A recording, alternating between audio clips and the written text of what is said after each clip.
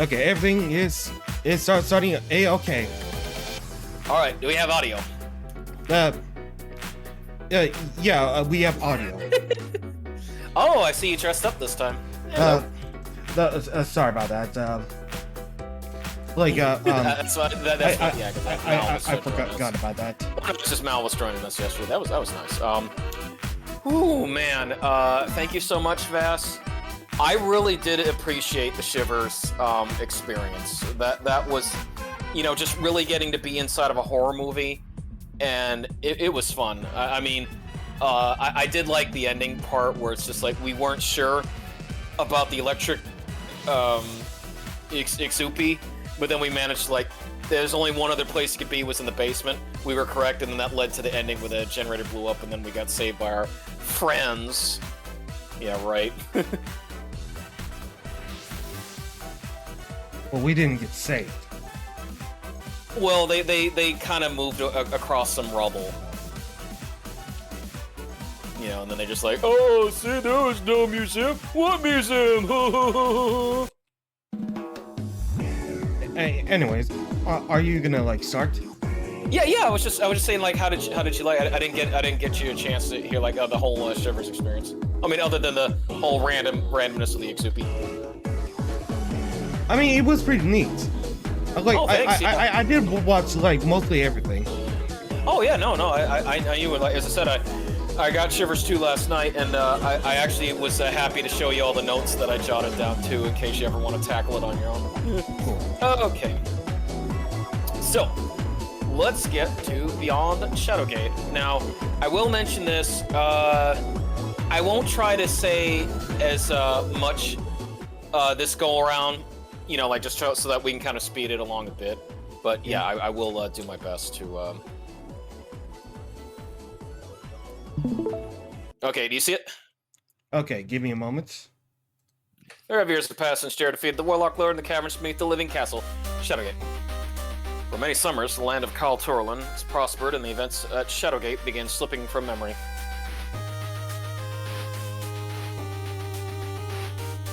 But evil is stirring, scheming to bring the world to ruin.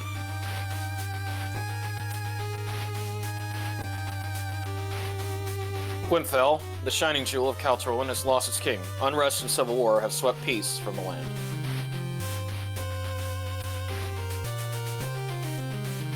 Amid the madness, a poor fenling has been cast into a dreary dungeon at the mercy of murderous prisoner guards. But this is just the beginning of a journey that will push him to the edge of destruction and beyond.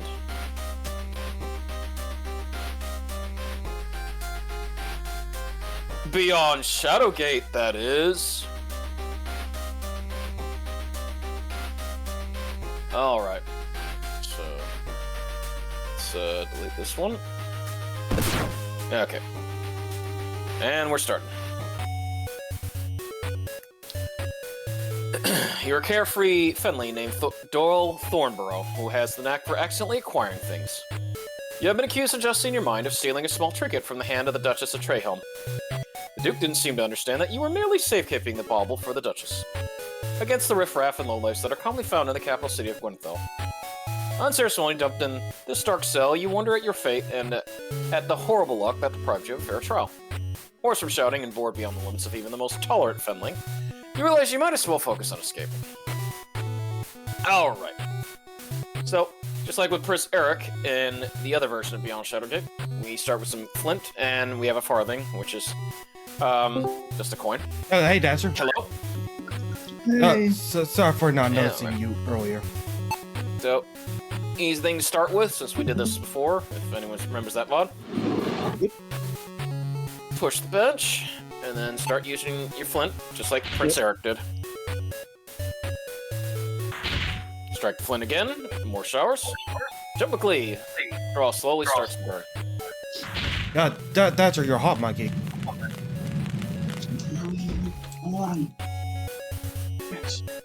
Smelling the smoke, the guard comes rushing to the cell. You hear keys jangling as he releases the lock and pulls the door open. In his haste to rip your head from your shoulders, he fails to notice the bench. You can't help but smile at the astonished look at his face before he takes a rather ungraceful dive, and drops his keyring in the process. Alrighty.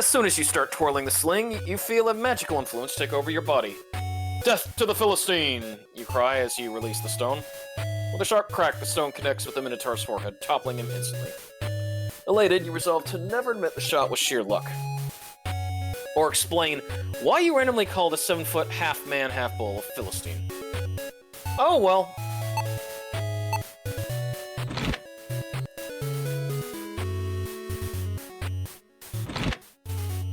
Okay. Alright, let's move. Dasher. You be the king. The way your prisoner looks up at you, a glimmer of hope fills his eyes. He says, I know not who thou art, little one, but I have no choice but to trust thee. Now that I am King Aaron, Lord of Kaltorin, wanderer of the southern seas, and still do I live. Listen carefully, my wayward friend. Brigands have usurped my castle, imprisoned me in my loyal confidence with reasons unknown. Help. Without the royal seal, the claim to the throne cannot be legitimate. Another ruler may come to occupy my lands. Suddenly, you hear the jailer, whom you gallantly knocked out, thank you very much, start yelling at the top of his lungs. The king looks alarmed, his speech quickening. Take this! He rips the emblem from his sleeve and hands it to you. I am the barkeeper. He and the others I trust will recognize my crest. They will show you the way into my castle. Outside the cell, the jailer continues to bellow. The royal seal is obscured by sorcery. There is a scroll containing the disenchantment spell behind the loose stone in the castle stair. Seek the hidden way from my chamber and say to thyself the words from the scroll. Quickly now, you must leave before the guard returns. Alright. Oh, look at that sharp thing he's got there. He left the tibia bone from the floor. Yikes. Look, I've seen you 3 or 4 times already. What are you still doing there? Alright, let's see here. The grate is bent just enough for you to fit your fingers underneath. Unfortunately, it's too heavy to lift without your hands alone. We got a nice tibia bone.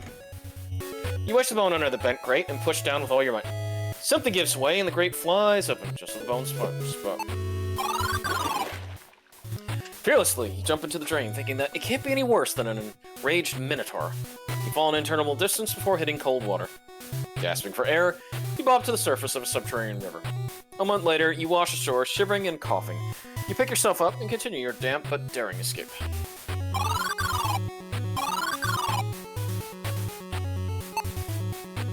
You have no idea what this creature is, but it appears to be some sort of mutation straight out of one of your grandfather's famous tales. You gotta take his stories a little more seriously from now on. Yep. A large hoard of gleaming silver farthings that any thief would be willing to kill for. The beast looks up at you, making you feel decidedly uncomfortable. You can smell the farthing in your pocket. It surely wants to add it to its collection. It even has to rip you apart to get it. I don't want that. Let's not die.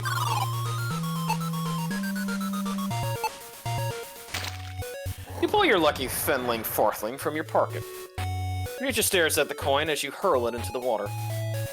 With something resembling a squeal of pleasure, the beast plunges into the swirling waters. It forages along the bottom of the river, looking for the shiny coin. Okay. In other words, it's my precious. Skip and a jump, you quickly leap from the beast's back and safely cross the river. Well, this surely is a well. Yeah. At least it's some sign of civilization. You feel relief. Freedom is close at hand. After an exhausting climb, your hand grasps the lip of the well as the rope snaps free and falls below. Panting and hanging on for your life, you grab the stone wall with both hands and clamber over the lip of the well.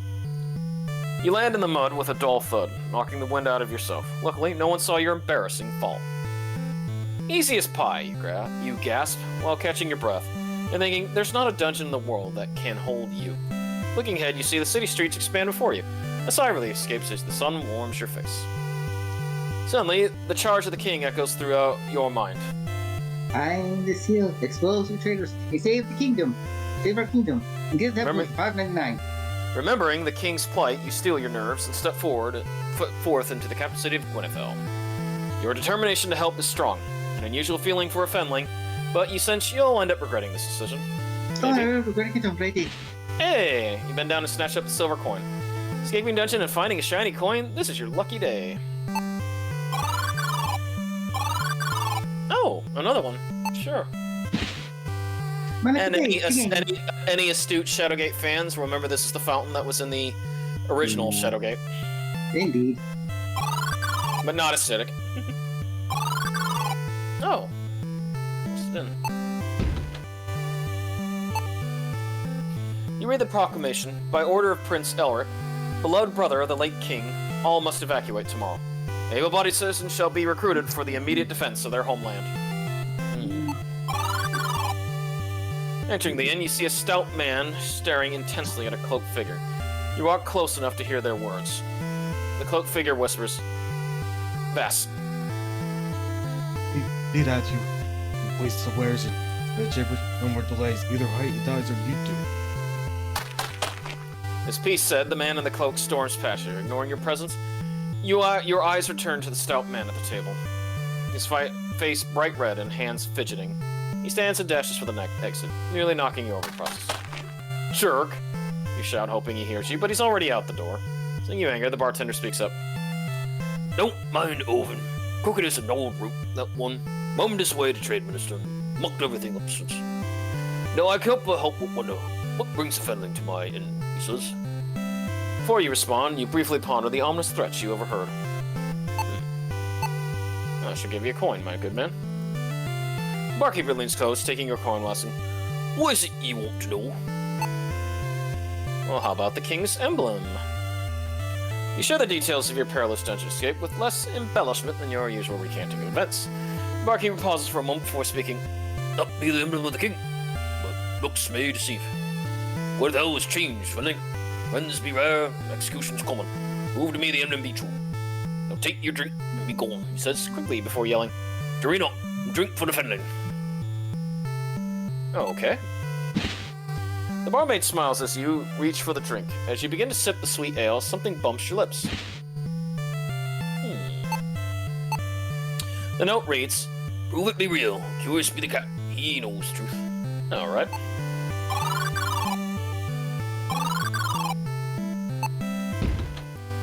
Curio cat.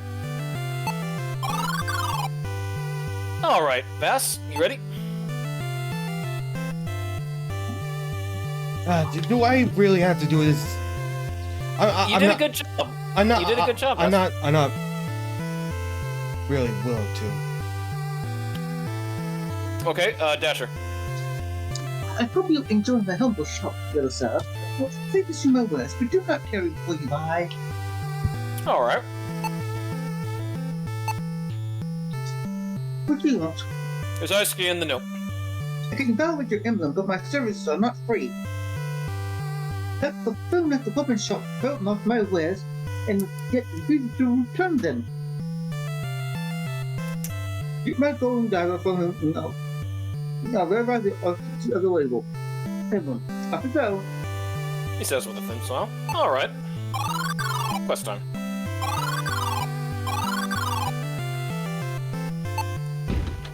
You open the door. Alright. Dasher will have you do the weapon shop one or two. You explain your interest in the dagger to the clerk. He scoffs. No. I believe didn't you aren't you the one shop owner? Well, when I was helping Dasher out, I had Dasher do it for reasons. Well, that man is a crook and he'll have no interest from me. The dagger is a magical as good as my left foot, but you can help me. I fancied the rusted blade barmaid would have no further to say so. No, speak with her. Tell her my feelings. Do this for me, and you shall have the blasted dagger. He says demandingly. Okay.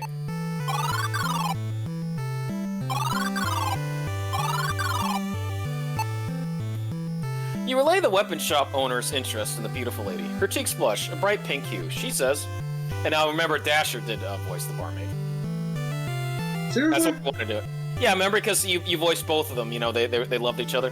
Can I volunteer? Yes, Vas. Okay, I fancy him too, but I could never be with him without blessing. I can't leave the inn for hours still. Can you talk to the mom for me and get his paper? see my love again tonight? Okay.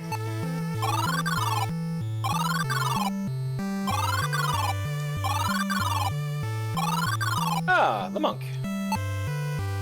You explain the barmaid's request and ask the monk for his blessing. He says, "It's about time with those two. Alas, I lent the charm to a soldier. Find him and return to me so that I may bless it." Okay. Can do, friar. Who wants to voice this soldier? Rush could do it. Okay. You ask for the charm, the guard nods, frowns, and looks through you. Oh boy, here we go. Indeed, it is early, perhaps it is not. But you will send a patrol in the Tonglin Forest. Our general elements are some days of you not so lucky, friendly. But so the guard planes shelter to my warm meadow. Give it back from me, give a mic once you saw. This being said, he returns to his watch. All right, sir.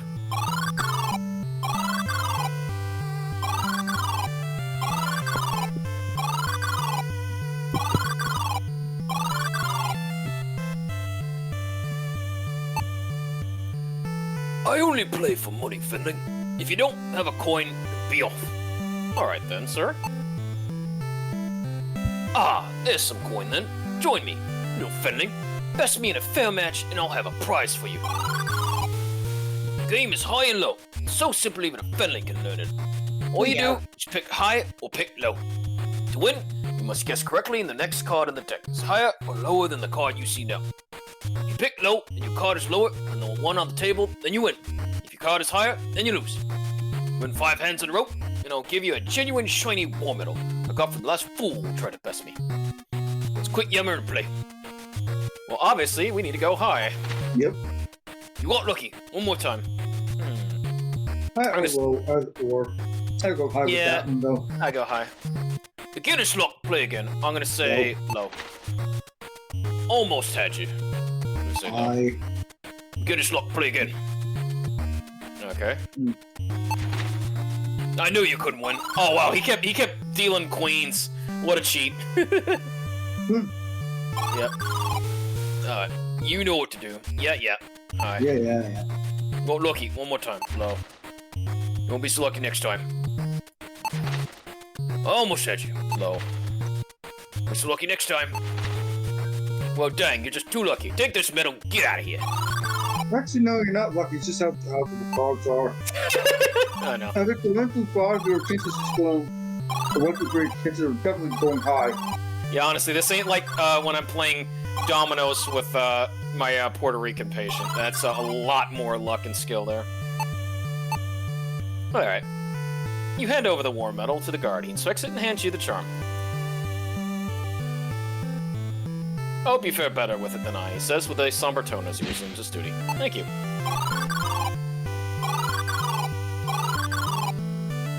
Alright, luck charm. The monk takes the charm, whispers some words, and returns it to you. Whoever holds this charm will be blessed.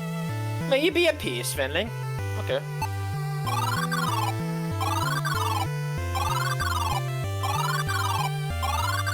Alright. Leave the blessed charm to the barmaid. The barmaid smiles widely as you hand over the charm. You did it. I know, that was so fast. You did it. Give it to me while I love and tell him to meet him. That's... Thank you. She kisses your cheek, then quickly returns to her work, leaving your heart fluttering. Well, night. Okay. And here you go, Dasher. The clerk's face erupts into a smile as he recognizes the hairpin. He shouts, She does love my.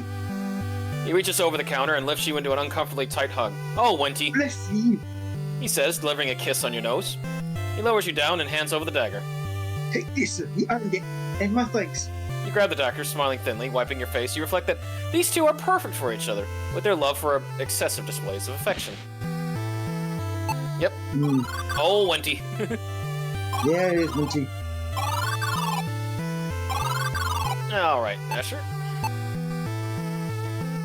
Excellent. Thank you for getting me this fine object. I'm glad to have it back. Well. This is a shop after all. If you are really interested in it, I will part with this dagger for 1 gold coin. This is still at that price, sir. Let me see your emblem. Ah, yes, it is authentic. Take this. Show no one else, or you wish to hide one. All But right, every else thank trying you to very get in much. this game.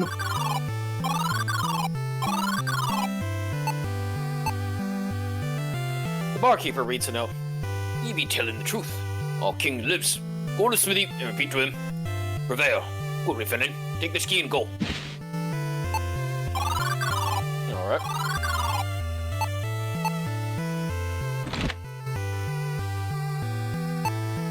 And we'll open that door and move right in. Remembering the innkeeper's words, you say, Prevail. The blacksmith's face changes to a wide grin. He says, I knew it. Hurry to the back. His massive arm nearly rips the door off its hinges as he beckons you into the room. Out the back, through the cave. You'll find an entrance among the rocks. If you get stuck, use the map for help. Now go! You walk past the mountain, doubling as a blacksmith, and into a small room. Suddenly, the door slams behind you. Voices you don't recognize show orders at the blacksmith to open the door. It sounds like the royal guard is looking for you. Your keys fumble at the lock and drop as the blacksmith curses his clumsy hands. He's beguiling you time to escape.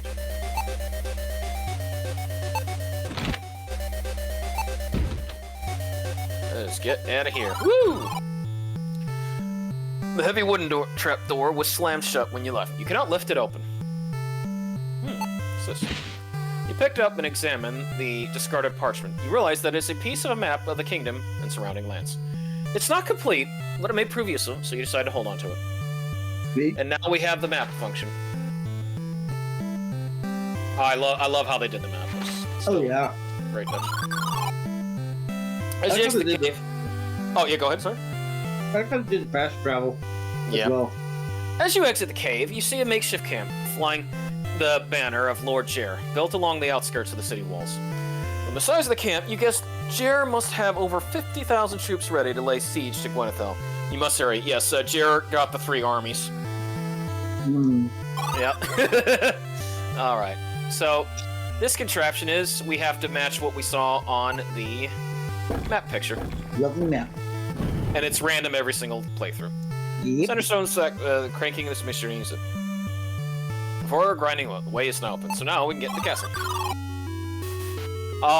See that, Vas? I still love these transitions with the backgrounds. They're so good. The lever pulls down hard, and it moves. Yeah, alright, secret entrance. Let's go through. Castle Gwenethal being dragged through here. The king's words ring in your ears. You Got have usurped the throne. I am score of disenchantment. Collect the royal shield in from my hidden chamber. You hear the shuffling of armored guards down the hall. You decide to keep a low profile. Oh, this is also a great song. Love this one. Mm-hmm. A guest book for visiting nobles and diplomats sits atop a luxurious desk. There have been no visitors for months. Seizing the opportunity, you write Del Thornborough on the page in big letters, very big letters. That'll Treaty Society. Yeah, I'm a rebel. just take that. Surprised in blank slice, they say, lighter than looks, or I'm stronger, you say, pleased with your work. Del using the hunkomatic. Yeah.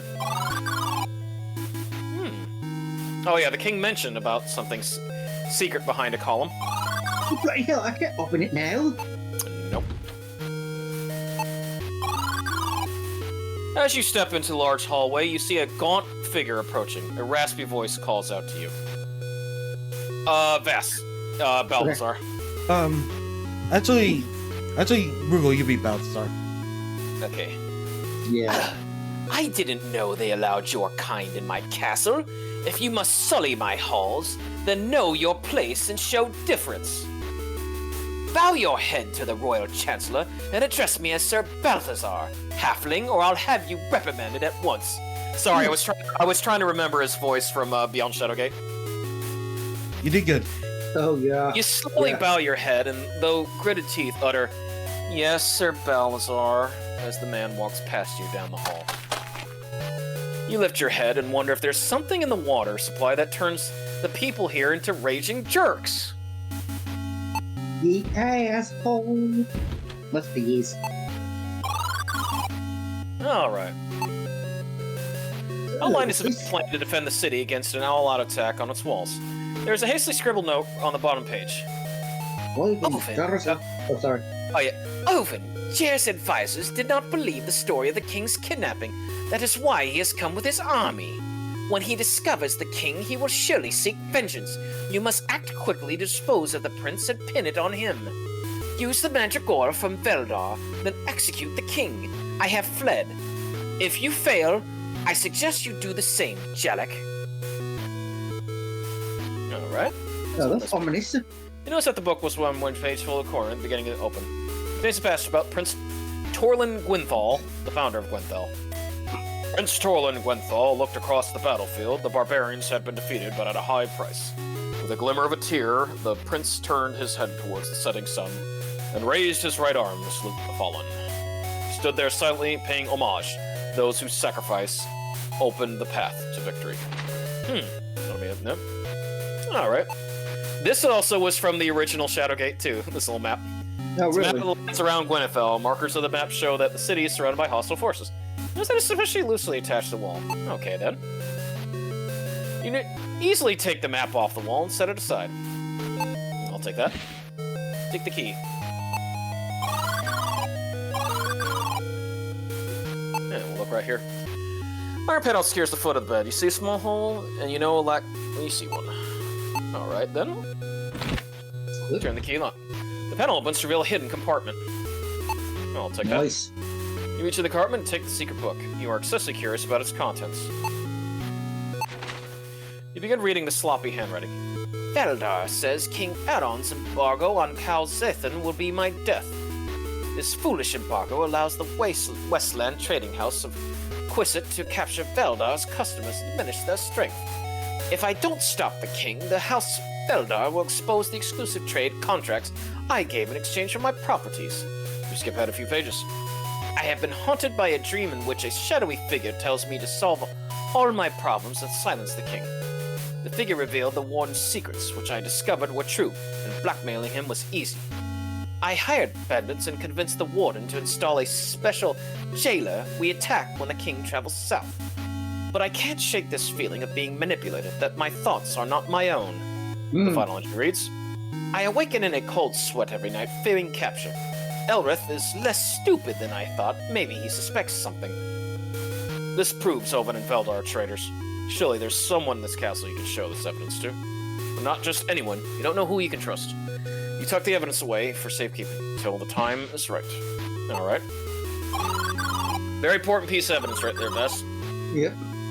Alright.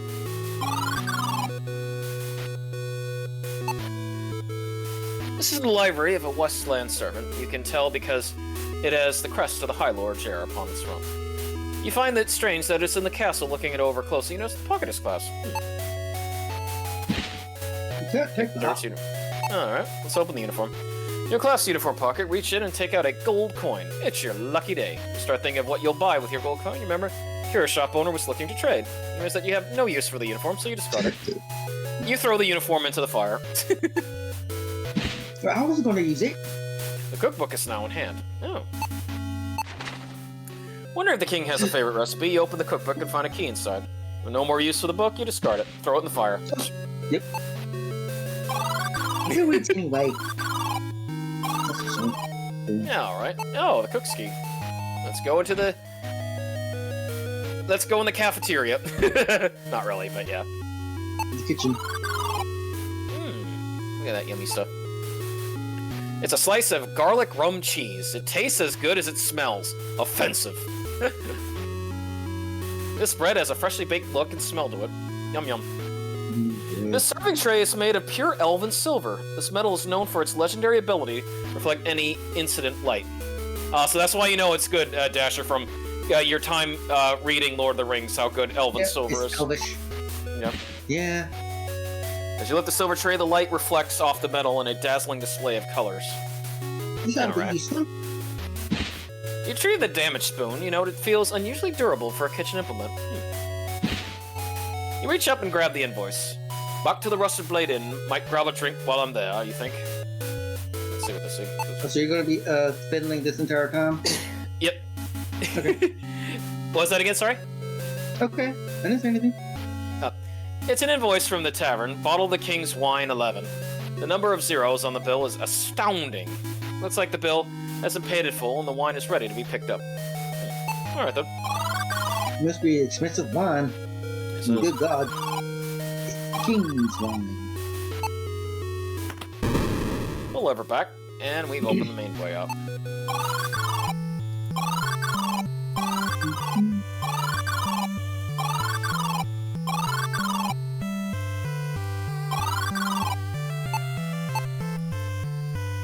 You hand the invoice to the barkeeper, curious about what kind of glorious bottle will hold wine fit for a king. There you go, he says, handing you a most unremarkable and basic-looking wine bottle. He leans close and whispers, I don't know how you got to be fetching the king's wine, but good job getting in the castle, rescuing our king. He finishes. Thanks, barkeep. Ah, nice to see what you're doing. Alright, and here we go. He takes your gold coin and says, Thank you. Remember, you are getting a bargain for your trouble. Alright, thank you very much. Look at that.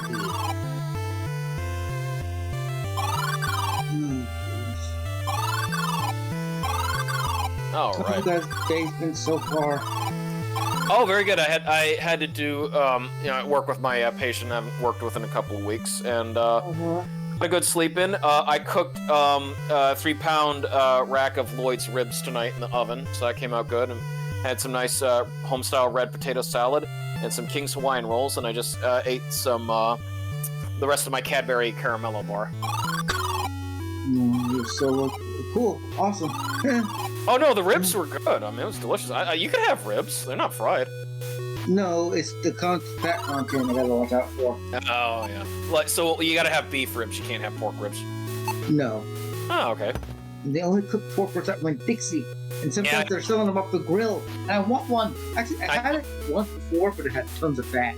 Well, if you go to the butcher shop, you could get beef ribs. Yeah. As my mom used to make a recipe using beef ribs and an apple marinade seasoning. It was delicious. Ooh. You jam the spoon into the crevice and slowly wiggle the stone free. Drops the floor with a loud crush. Then space is revealed.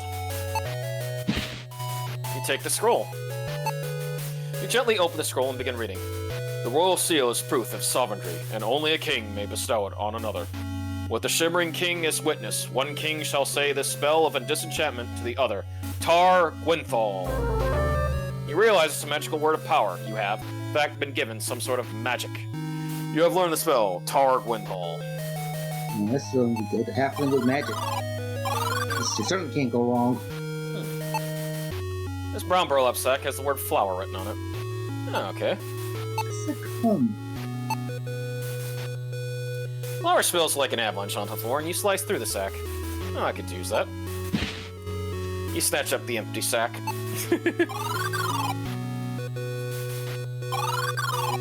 Alright. Alright, so we got two straight, and we'll go this way. Yeah. I love this game too. I played it twice. I want to do it again. The guard looks at the wine and speaks. The prince be not here, but you can leave it inside. Be quick about it and close the door on your way out. I'm taking me leave.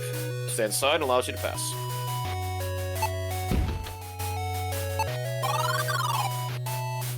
Oh. You can always use one of those. Take the lantern. You pull the drawer open. A single item looks unusual among the extensive pieces of jewelry. There's something unusual in that drawer. Alright. You reach into the drawer and grasp the wrapped item. Suddenly, it begins shrieking. You've earned the ire of a mandragora. In a few minutes, the screams will drive the soul from your body. You must dispose of it quickly. In the fire you go. Wanting nothing to do with the creature, you throw it straight into the fireplace. The mandragora howls as flames crawl over its body. Embers from its flame limbs ignite the wall tapestry, which burns as quickly as the vile mandragora. In moments, the tapestry is no more, and a magnificent suit of armor is revealed. The luck I have, you say gratefully. Death by mandragora is no way to go. These monsters wanted the prince to suffer, you say as your resolve continues. And they... There we go. A loud grinding noise, the wall slides open. Just as we were told what to do. Hmm. Curious about the bump on the painting. Gripping the sides, you lift the painting off the wall. You hear something sliding inside the painting as you place it on the ground. You take the painting from the wall, revealing a small hole slipping in the shear. You place your eye against the hole.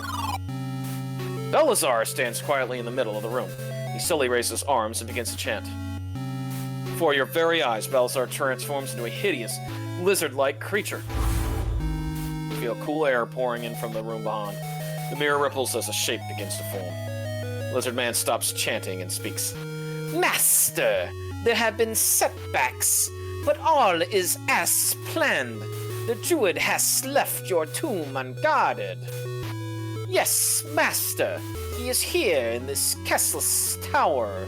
No, the pawns are of no further use. I leave now. There is much ground to cover through Torlin forests, across the Barren and over Gatekeeper Mountain. I will retrieve your staff before the autumnal equinox and usher you back into the world. You gasp and pull your head back from the wall. The equinox is tomorrow. You have to follow him. The king, you whisper. Got to find the royal seal and convince the prince to search the dungeon below. Your whisk companion chimes in. Fast. Hold on, I'm in the middle of something. Alright. After we rescue the king of Ronnie, you have to follow that fiend into the Torlin forest. Okay. You take the painting off the wall and place it on the ground. You turn on the painting over to look at the back. Oh, this would be a good idea to use my gold dagger on. You drag the dagger along the back of the painting. Your destructive crusade against art reveals a key. Take the key. Ah, the king's key. Fits perfectly. Okay.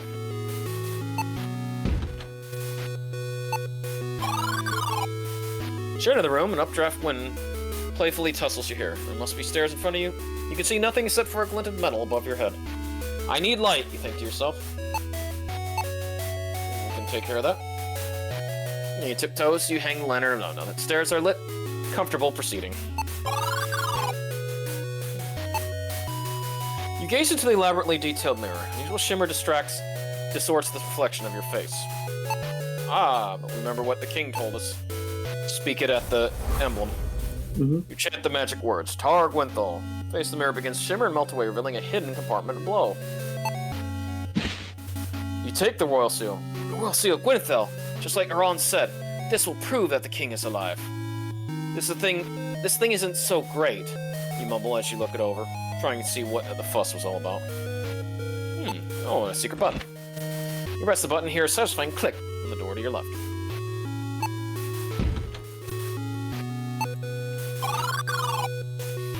As you enter the throne room, your wisp friend appears to give you advice.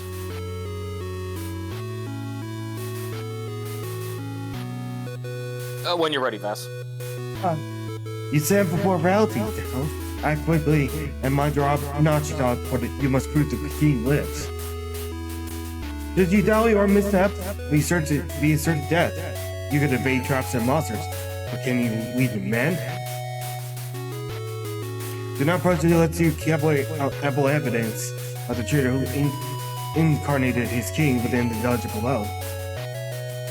Finally, something interesting to watch. A look of the surprise appears on the face of the man sitting upon the throne. He resembles the king who is imprisoned in the dungeon. This must be Prince Elrith. His eyes lock onto yours as he inspects you cautiously. He speaks firmly. What is the meaning of this intrusion? Sensing the prince's impatience, you quickly produce the royal seal. The prince gasps at the sight of the relic. By the one, he shouts. How did you come to hold the seal? Only my brother knew where this was hidden. The king must live. Explain yourself. What is the meaning of this? He finishes, staring at you with no thought of hiding in anticipation. You know you have a moment to make a compelling argument. Words alone will not help you convince the prince. In a rare show of humility, you bow your head and hand the trade minister's book to the expectant prince. He thumbs through the book quickly, his eyes growing wider with each turning page. His face is painted with righteous fury. The prince shouts, Guards! Seize Olvin at once and take him alive! I want him at my feet now! His face calms and he smiles gently at you. Come, Fenling, you spoke with my brother? Please, bring me to him. Alright, let's go.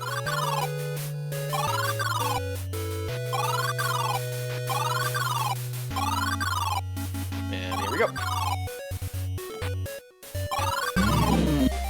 The Minotaur you knocked out during your escape leaps in front of you, blocking your path. He clearly remembers you and has an axe to grind. The monster raises his weapon and prepares to bury the blade in your head. Foul beast!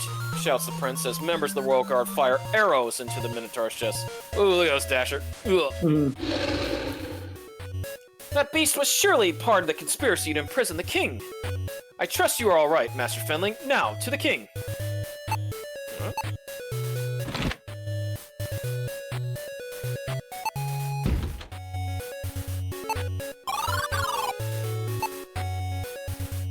Alright, Dasher. Fenling and Eric, let's be the one. The king shouts. He looks at you. My friend, who locked me in this cell? You quickly explain the facts. Wolven and Veldar? Scoundrels. Release me, brother. There is much to do. The king explains. With that, the toll of your effort overwhelms you. You become faint as your vision dims and you collapse to the floor. Oh, bloody hell.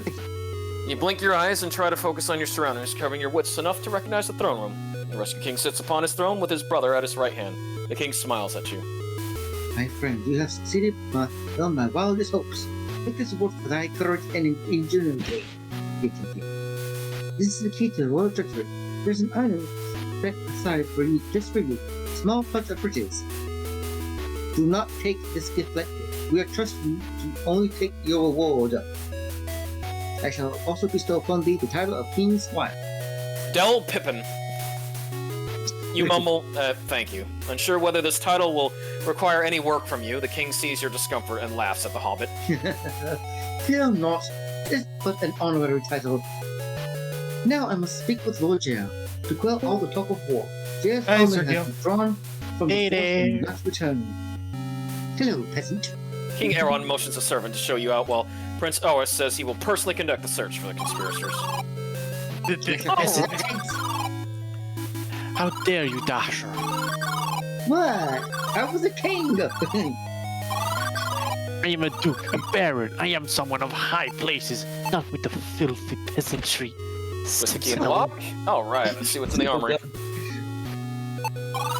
Treasure. Right, finding.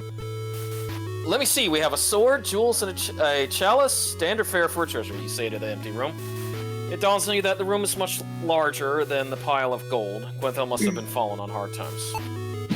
You snatch up the reward and eager to see what's inside. You open the fancy pouch and remove the contents. You got an emerald. And a sapphire. And the most perfect pearl you've ever seen. Giving the pouch one last shake, you are happy with your haul. You discard the empty pouch. Alright. It will not open. Yep.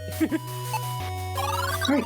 Duke, then have I haven't seen you in the royal parties that I've been hosting? Oh no.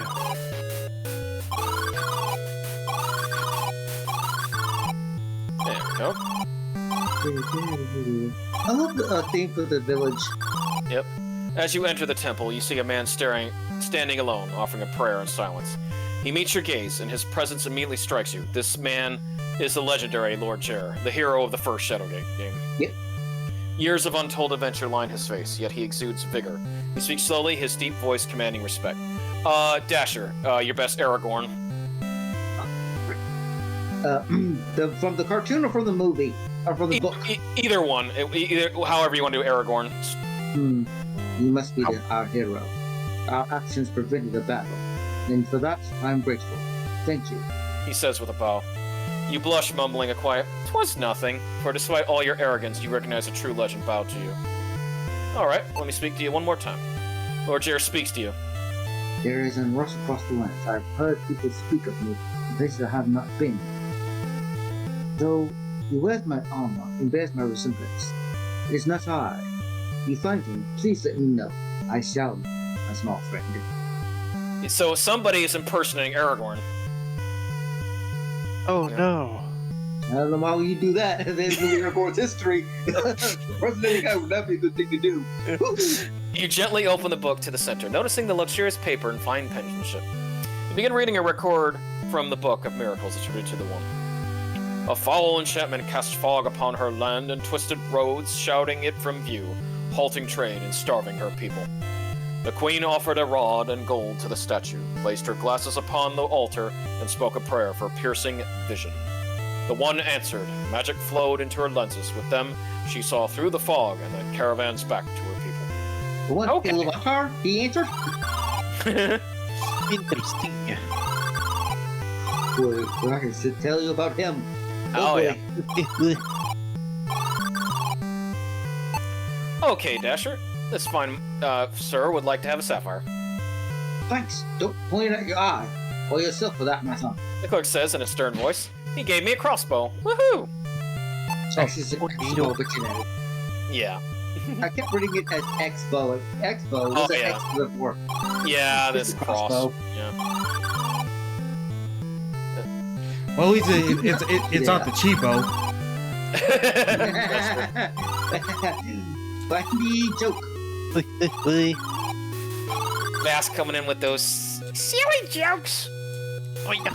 Well, I mean, when it's just something like an X, it's like usually it means like cross or it means nothing or it means cheap. Oh yeah. True. Yeah, well, actually, I didn't know that, so. Yeah. Do Since you remember Kingdom Hearts where it's like where like the X blade is pronounced cheap blade? Oh yeah, cheap. Yeah, and it rhymes with keyblade. Oh boy. Oh Since you yeah, rescued King- and also like Hunter Oops, X out there is supposed to be named Hunter x Hunter. Yeah, Hunter. Yep. So, or like Spy Family, Spy X Family. Yeah. Since you rescued King Erond, his High Lord Jer has withdrawn his army from Gwynethel. The path to the Toiling Forest is now open. Tread carefully. So the three armies have disbanded. Maybe I should make King Gar. I do like Easily. another good music. Oh yeah. So this is the Toiling Forest, you say to yourself, staring at the dark canopy of leaves high above your head.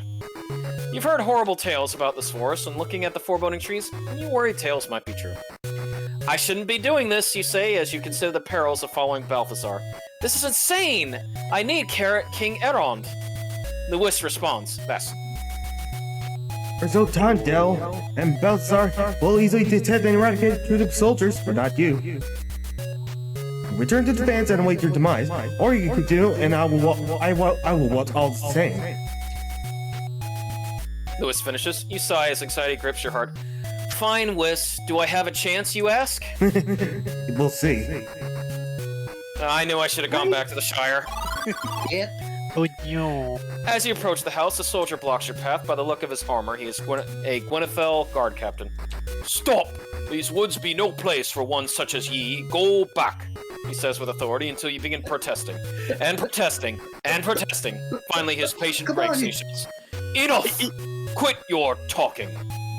Tell you what. Go to the mine and find my men. Good boys, but lazy. Bring them back, and I'll let ye pass. Now be off. Alright. Oh, yeah.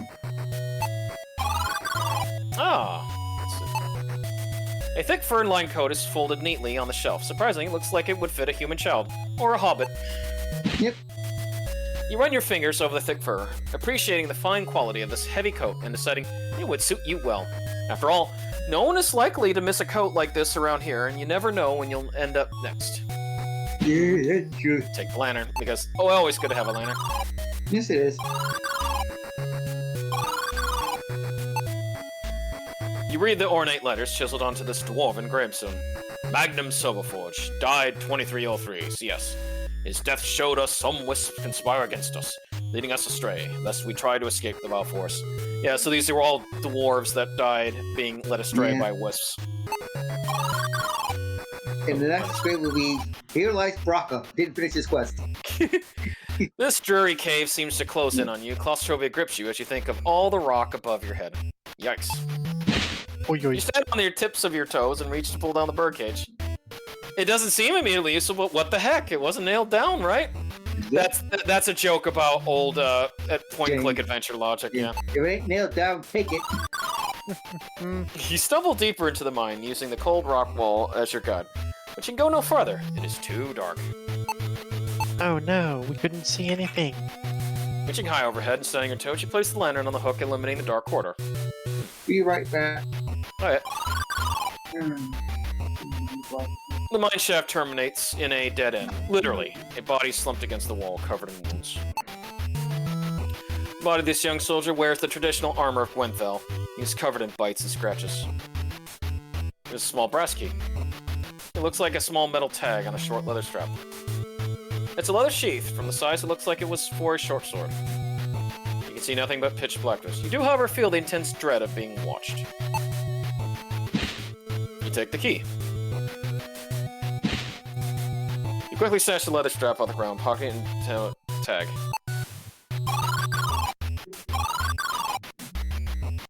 Alright. Take sword sheet despite not having sword. Maybe someday, you think. Yeah, that's just basically, if you try to grab all three items there, Sturkio, then the dire wolves will come out and kill you. You see light entering from the top of the shaft. For a brief moment, you feel hopeful. Ooh, sledgehammer. As you grab the old mining tool, you realize the wooden handle is well worn and the metal head slightly wobbly. This thing has got one final whack at it, then it's done, you think to yourself.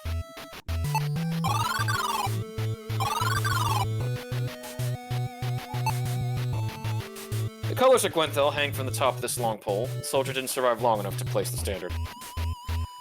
The arm of the body of this young soldier indicates he came from Gwenthel. There's a light strap, this piece of stamped metal looped onto the end of it. Reach down and grab the stamped metal piece, taking care to avoid the spatters of dry blood.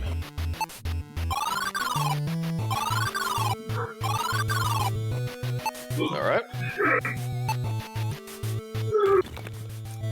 With a few quick swings. Desert, I was heard you vomiting.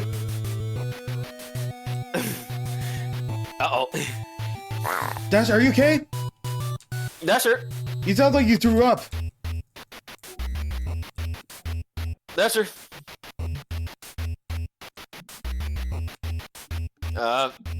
We'll continue on.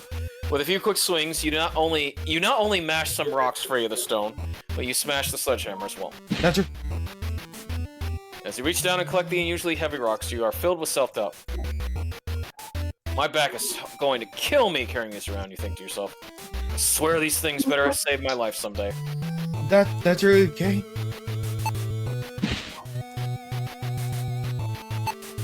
Dasher? Yeah. Oh, are you okay? Yeah, it sounds like you threw up. Yeah, you did like that. When did I do that? What? No. Okay. We heard something like a chair. I guess it must have been a chair being moved or something. Oh well. Okay. Well, in the meantime, we need to head on back because we got that tower key. Yep.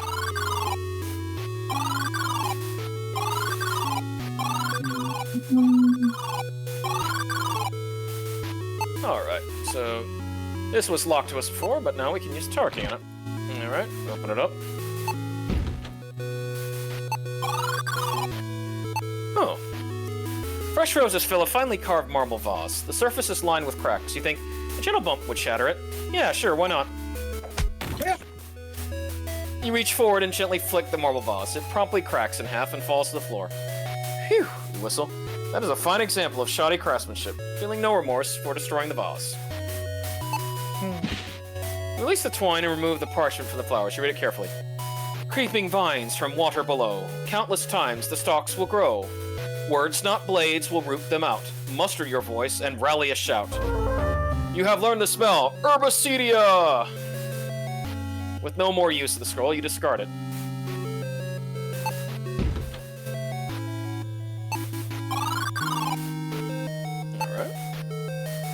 See loose parchment that has not been filed away from its proper place in the shelves. Alright, let's see this. Principles of telescope augmentation, 3rd edition. A lens may be used to filter light in a manner which emphasizes magical properties. However, to identify magical energy, a lens must also be imbued with magic. A simple temple blessing is sufficient. Resourceful practitioners report using the lens as a portable magic sensor when investigating observed areas in person. You decide you don't want to take the parchment with you, you place it back where you found it. These shelves are filled with books of sorcery. The dust is undisturbed, except for one book has recently been moved.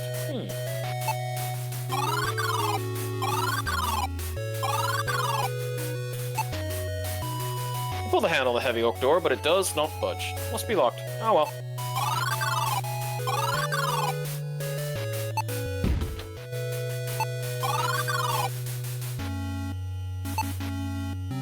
There's broken pieces of candle on the ground, below the candle holder. You wonder how the candle managed to fall. Very curious indeed. You reach up and grasp the candle holder. Twist it gently, you turn the candle holder upside down. You hear a simple mechanical click as the star chart releases from the wall, revealing a hidden compartment behind it. Being like a treasure-hunting genius, you reach behind the star chart and grab the object.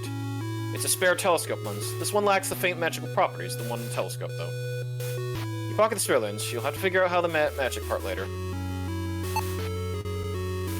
Several strange runes are marked upon the red leather of this book. Something is missing from the setting in the cover. You notice a prominent green trim around the whole of the cover. Well, we do have an emerald, so that might fit in there. You press the emerald into the setting. It snaps firmly into place. You feel a sense of calm and safety with the gem in place. It's really safe to take the book now. You pick up the book with the emerald in the cover. It feels strangely warmer than the rest of the room.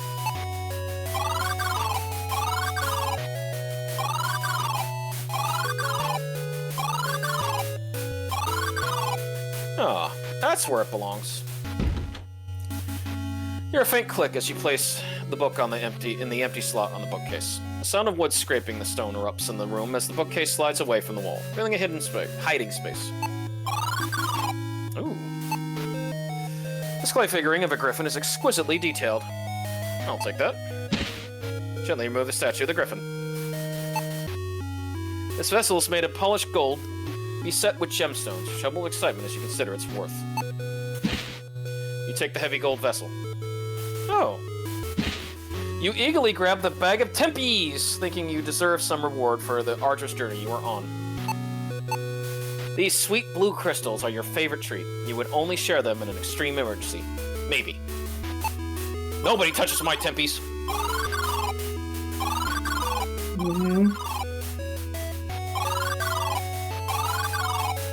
Oh yeah, you didn't see this part, did you, Sturkio? No, I haven't, actually. Okay. You open the door, a cool breeze brushes through the chamber. Or I think I did. Oh wait, no, I didn't. You walk onto the castle turn and observe a creature resting with a thick chain clasped to its neck. Its eyes open and focus on you. It looks uncomfortable and agitated, tugging at the chain, securing it to the tower. You think it best not to get too close until you can calm it down. Considering you have no idea what to say to a dragon, you muster a quiet, "Hello, dragon."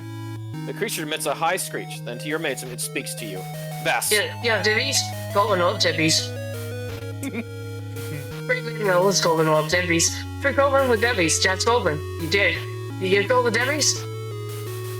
Okay, I'll give tempies to Colvin. With a heavy sigh, you hand over some tempies to the dragon. It screeches with excitement as it happily munches the treats. The dragon screeches again, and it surprises you once more as it speaks. Debbie, Goldman loves Debbie's. It looks relaxed now that it has eaten. Alright. Satiated from the treat, the dragon looks towards its chains. Please, children, please. Okay. You gently reach for the chain, securing the dragon, and undo the lock. It quickly falls away to the floor. And with that, the dragon flies into the sky. It shouts back. Go now. See ya, yeah. Bring Debbie's, yes? A portal appears from thin air, and the dragon flies into it, disappearing from view. Well, I'll be a son of a dwarf, you say, still shaking your head in disbelief. Looking down, you see a golden chain holding a glass vial on the ground where the dragon was chained. I thought you'd like Colvin, Stricchio. He loves tempies. You pick up the vial, staring at the swirling purple liquid. Dragon tears, you whisper quietly. Your great uncle once told you that his forebears drank dragon tears to learn magic. But then again, he said a lot of things. Alright, well let's try it out. You pinch your nostrils together and gulp down the dragon tears. Tastes like the ocean with a hint of grape. Ocean spray, you say. Suddenly, your body tinges from head to toe as words sound loudly in your head. On frozen stone without a path in sight, a single word summons a bridge of light. You have learned the spell, Polychromus. Alright, and that's it.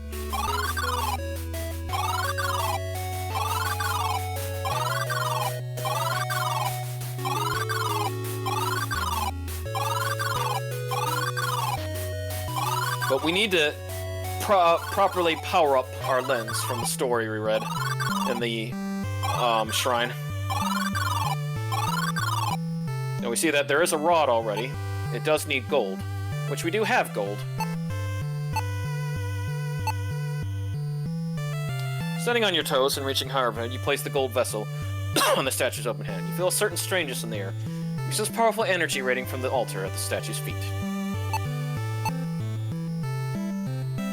You place the lens on the altar, and after waiting for several minutes and seeing nothing, you wonder if something is missing. You mutter, I wish this would work already.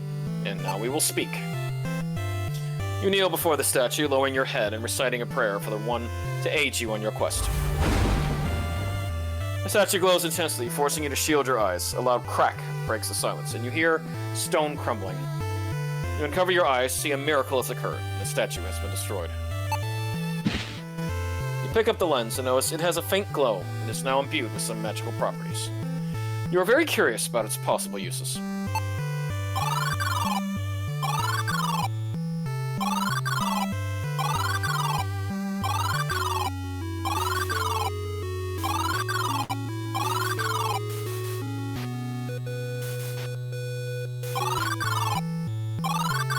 There we go. Let's go meet with that captain.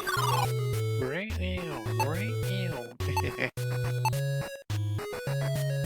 You hand the singlet to the guard captain. He frowns as he looks at the stamp medal, aware of his soldier's fate. He speaks. You believed yourself invincible, reckless boy. He smiles softly. One day, Mervyn builds a slide made of leather, rules, and soap. But the rules separate when he slides, so he stacks boulders to hold him in place. Warp 2, and he slid headfirst into one. Ha! Still has the scars. Sharp mind and unyielding will on that one. A good boy. Smile fading away. You hand the singlet to the guard captain, who frowns as he looks at stamped metal, aware of his soldier's fate. He speaks. Foolish boy. You're lucky you made it this far. He smiles faintly. Melvin tried to jump over a ditch in the carriage once. Dote only gave himself a horse length of a runway, crashed right into it, and nearly broke his neck. Oh, carriage was wrecked. Still, he made me proud. Strong fighter and tough as iron. He trails off, his smile turning sullen. The unmistakable look of grief appears in his eyes for a moment before he grins stoic composure. He sighs heavily and says, Go on, lad, but be warned. It's a cruel place, Fending. Take care of yourself. I'm going to tend to my boys. The guard captain finishes, his voice filled with sorrow.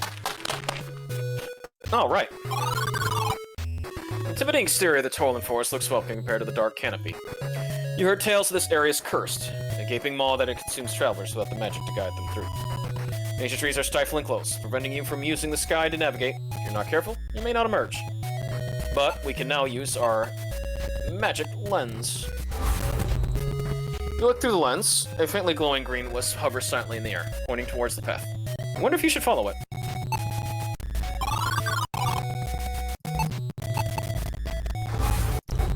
Look through the lens. A faintly glowing red wisp hovers silently in the air, pointing towards the path. I wonder if you should follow it. I don't think so. I'll do the opposite. Alright. Look through the lens. Faintly glowing green wisp. Alright.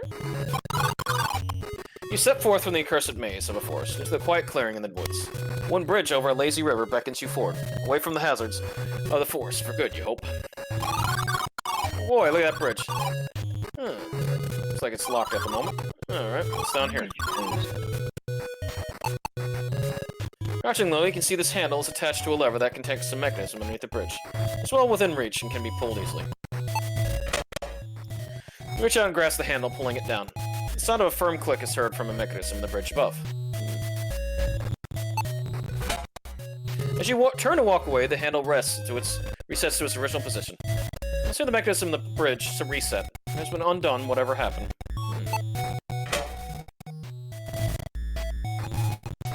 we need something heavy to weigh it down, which we do have. You place the heavy rocks into the birdcage. No flying away now, rocks. You realize speaking to rocks can't be healthy. You now have a really heavy birdcage. Good for you. You attach the birdcage full of rocks to the handle. The handle sinks another inch as it's pulled as tight as can be.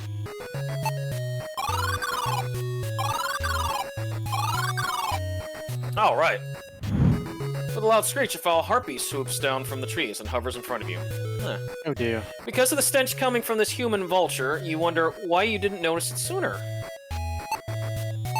Well, Harpy, would you like the standard? Harpy doubts towards you, claws out ready to take your life. Before it talons reach boy, your body, you thrust the standard and then impaling, flying forward. But we can't do anything with that yet. So we need to head back to town to deal with something. Yep. I just wanted to get that out of the way because actually there is something we can get back in the town, which is we can do with that griffin that we got.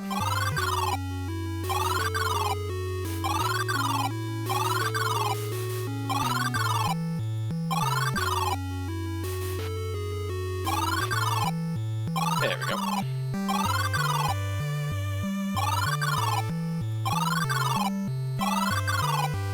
Alright, Dasher. Let's give the clay griffin to the curio shop. What a rare find. It is made of simple clay, yet the craftsmanship is exquisite. I know not how you come by this, Sir Finley, and I will not dare inquire. 20 silver coins are yours. Trust me, this is a fair price. Shopkeeper practically throws 20 pieces of coin your way as he grabs the clay statue from you. And now it's up there on his shelf. Nice little touch. Excuse me. And then we shall give the silver. Sorry, Dasher. For your practice, friendly. Mind your fingers, the bolts are soft. Alright, we got a bolt cover. Woohoo! Excuse me again. That's okay.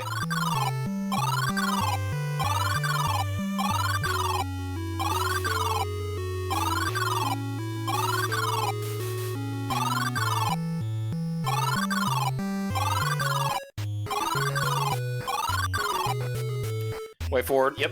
One more.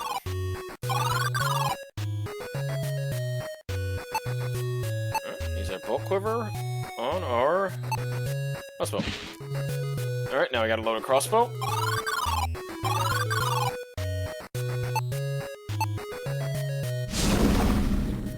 Crossbow bolt pierces the harpy's flesh. In a moment, the monster bursts into dark flames and vanishes into floating ash. You take the pole with you, it could still have a purpose. Could be. Could be. You stare at the old tree for a moment, deciding against snapping beneath it. Strangely, you swear you hear the jangling of chains.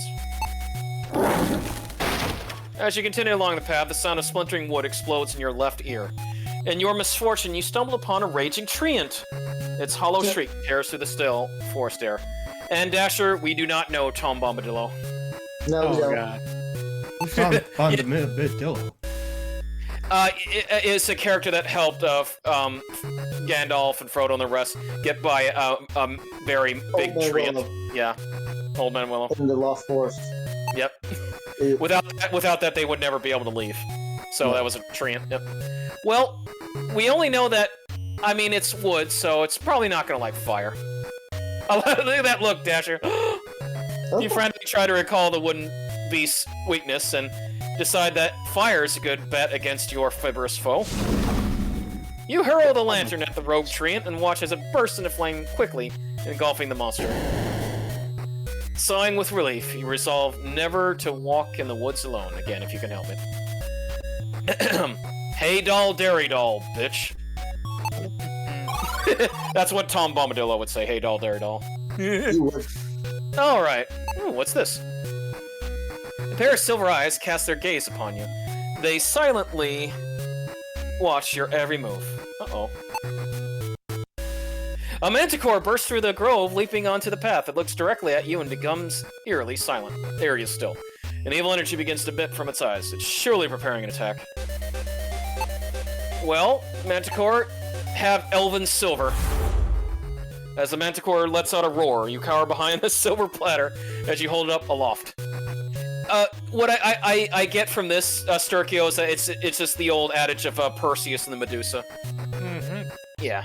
The beam of energy reflects off the well-polished servingware and directly back at its origin. The manticore groans in pain as its eyes burn. The creature reels in pain and lies on the ground. Even without its sight, the manticore senses that you're still near. Well, we need to take care of that.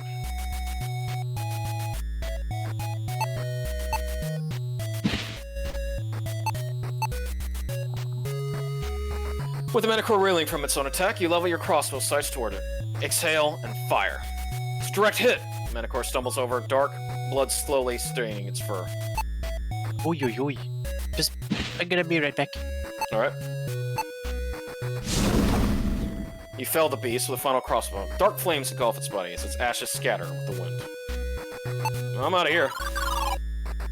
You step away from the shady grove beyond the forest edge and into a quiet clearing. Before you is the Tyre River. Or the Tyre River, whatever. You exhale slowly. Thank the one I can rest, becoming aware of the pain from several bruises covering your aching body. Knowing this as a shipping lane to Stormhaven, you plan to catch a boat and sleep like a log on the next leg of your journey. You waved at the merchant and point to the boat, asking if you can catch a ride. He looks at the boat and then to you. Vass. Would like you join us, but as you can see, we're watching port. Yeah, got over weeks or minutes, I said. Cut them and they'll grow back double. Not sure when they'll get free. Bentley. Okay, fine. Look like this is a job for Herbacida. You walked up to the riverbank, turn to make sure the merchant is watching, and raise your arms as high into the air as you can. Oh!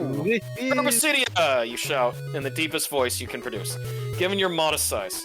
With the magic spell spoken, the hydra weeds wither and fall away from the hull of the barge, freeing the ship. You're welcome, you say, giving the merchant one of the finest smirks ever seen this side of the Tyre River. It's only then that you realize he's been looking downward this whole time. And yes, Sturkio, see, we still know more spells already than Harry did. Oh, absolutely. Herbacida! Okay, Vess. What's that? Sorry, I dozed off there for a second. Well, look at that.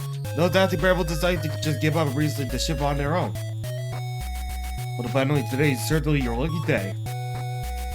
Let's board and soon we'll be headed down the river. Okay. Finally, things are looking up for Dell. Yeah, she doesn't know smelly armor. Alright. Alright, one more time. Well, good board, Penland. When you're ready to go, head to the port I take in the view. The merchant says. Alright. The barge pushes away from the dock, groaning and creaking as it slowly slides side to side in the churning waters. You really struggle with your stomach, trying to keep the bile down. Thankfully, your nausea quickly passes. Uh-oh. Waves of chilled mist roll over the edge of the the barge deck, quickly becoming so thick that you can't see your feet. That's it. I'm done with the gold for good, you say, resolving to adventure in only tropical climates henceforth. The mist keeps rising over the deck, turning into a thick and cold fog. Something isn't right. Laughter echoes through the mist. It sounds like it's coming from all around you. A raspy voice hisses. I see you, Fenling. You should have kept to your own affairs. Suffer and drown. Damn it, Balthazar. You hear a splash as you arrive back on the barge deck and see the merchant is nowhere to be found. Hey, get back here, you shout at the top of your lungs, wondering why he would abandon his ship. And you. Because he's smart. He's not gonna give up his life for a hobbit. Uh-oh. That fog is rolling in a lot. Oh. Oh dear. Yeah, there's nothing we can do about it.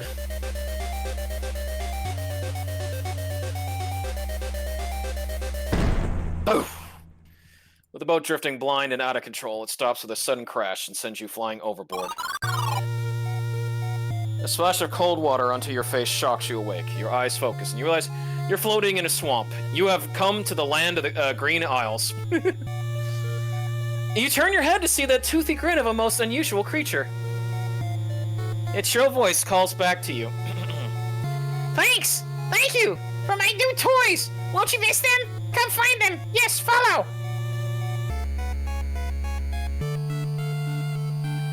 It waves the bag wildly and takes off into the swamp. You lose sight of the creature as it scampers away. Looking around, there's no sign of the barge or its contents anywhere in this swamp. You're on your own. And the imp took all of our items. An unusual figure hangs by strings from this tree. Looks like a grotesque doll. Well, it's not nailed down. By the one, you shout, jumping backwards. Bones are arranged throughout the tree, and they don't belong to animals. Looking closer, you realize the skulls have been meticulously cleaned and hung from this tree. You wonder who would do this.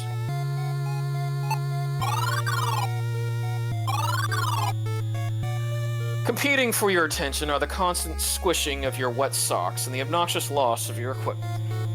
Looking up from your shoes, you are shocked to see the stark outline of a large mansion against the setting sun. The rotting walls immediately give you the creeps. Feels wrong. Mansion built alone between a desert and a swamp. Before you can say you'll never step foot in there, you see the imp scurry through the door with all your belongings. Realizing you won't survive the desert without your things, you sigh heavily from exhaustion and continue onward. As you crest the top of the stairs to follow the imp, the door slams shut right in front of you. Its familiar shrill voice calls to you from behind the doors. Welcome, welcome to my home! Help I need! Yes, yes I do! Yeah! But trust you? No, not you! No friends share food! Yeah! Yes, treats! Take this! Here, bring my favorite meal! Hurry, go! You see the imp open the door and crack and toss a small red stone onto the ground. It quickly shuts the door again. The neat red color of this stone reminds you of dried blood. How was that, Vas? Nice. You lift the stone off the ground, remember that none of your friends are here to see the imp get the better of you. What did it mean, my favorite meal? And where am I going to find food in a desert? You grumble to yourself. Oh, well. Near the tail of this place, the Great Barren. A wasteland that radiates demonic heat from a spell long spent. A powerful wizard delved into the dark arts and cast a hideous spell at the expense of his life. The spell of Hellfire. Once a region of lush forests and wetlands, this land is desolate. Only shifting sands and unextinguishable flames remain.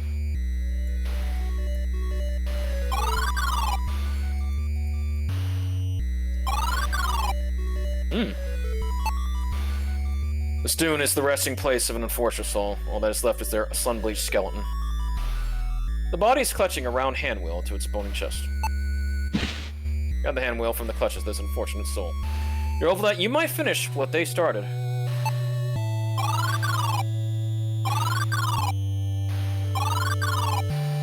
Ah. You attach the valve to the metal post. Before you turn it, you hear a loud whooshing noise. Suddenly, a searing gust of wind knocks you back. A flaming entity bursts forth from the lava, and it fixes its eyes upon you. You look like the straw effigy. You stretch your arm towards the fire elemental, holding the effigy in front of you like a shield. The entity shrieks as it is sucked into the effigy. With a blinding flash, the elemental is no more. A moment later, the effigy smolders in your hand, quickly crumbling as it turns to nothing but ashes. You grab the valve and turn it slowly. The metal squeals in protest from years of neglect. You feel a rumble beneath your feet, and you can sense the temperature rising. Lava has indeed begun to flow.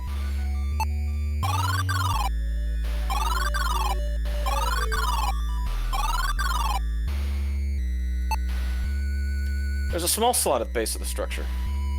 You can sense energy pulsing through the structure. A thrumming noise rises from the structure. Your hair stands on end as power crackles through the air. And look at that, Sturkio. Uninvited. Space in the center of the machine begins to waver and distort as a portal appears out of thin air. Oh, wow. You stumble forward out of the portal, slightly nauseous from the trip. The damp smell of rotting earth is overwhelming. Stifling an urge to vomit, you turn around to survey your surroundings and see the portal flicker weakly, then disappear. The whisk chimes in. Good news, bad news. Good news is we did the full ball teleport. Bad news is the portal's dead. It continues. We're stuck up until we can power it up. Great, you respond. Well, go on. Well, if it's a meal the imp wants, we won't find it down here, you say as you make for the exit. There's a small red stone shard in the corner of the floor. Reminds you of a polished ruby. Down and collect the ruby shard. Oh, here's another one.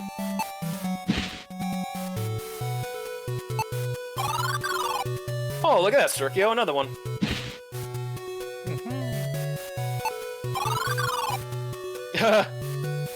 It's a long road stretching off towards a dusky sky. An odd broken line repeats regularly for as far as you can see. Unlock gate opens precisely. And there we go, Sturkio. You find yourself standing in front of yet another mansion. This one also gives you the creeps. You pull down a small panel in front of the metal box. A small key inside the metal box. A key dispensary, how convenient, you remark. Pull the key from the box. Oh, another one. Grab the deep red shard. I got a padlock and slide the chains off the door. The heavy doors and reveal the passage to the cellar. You're standing in part of a cellar that is mysteriously frozen. What's an eerie mansion without an equally creepy cellar, you mumble to yourself. Alright, just gonna save.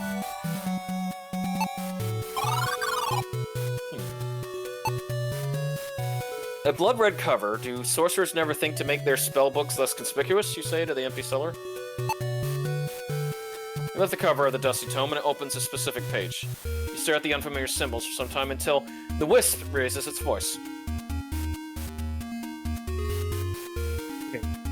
These are powerful magic cells.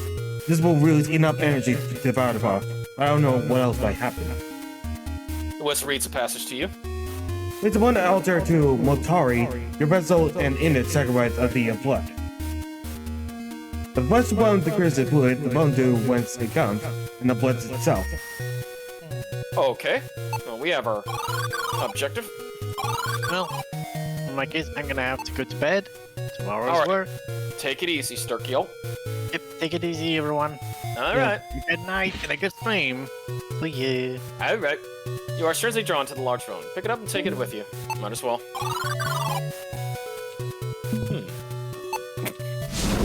Suddenly, a gust of wind sends you stumbling down the stone steps.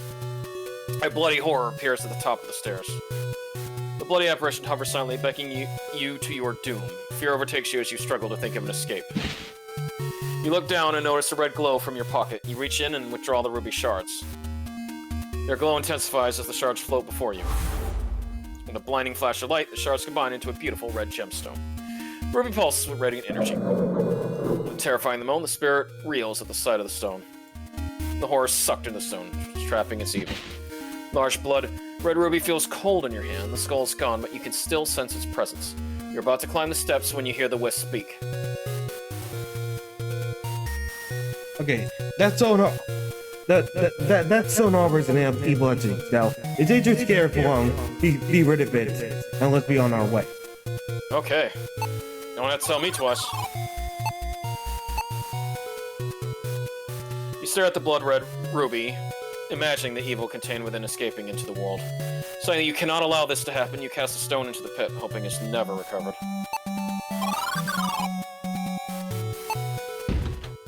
Alright, let's get in. And here we are. Ooh. I'll take that. Take the needle and discard the thread. Pull open the desk drawer. We rummaged through a bunch of papers with names and numbers on them. There's nothing useful here. Oh well. You give a long whistle as you walk into a room. It's an impressive sight. You'll have to remember to book a place like this the next time for your birthday party. It's minimal with unusual symbols etched into the side. Doesn't look like any fruit basket you've seen before. You're not here to loot this mansion, but the strange bowl has you oddly fixated and you decided to take it with you. It's a bouquet of blue flowers. They would look great on a tombstone, however, there's none in the sight. Alright.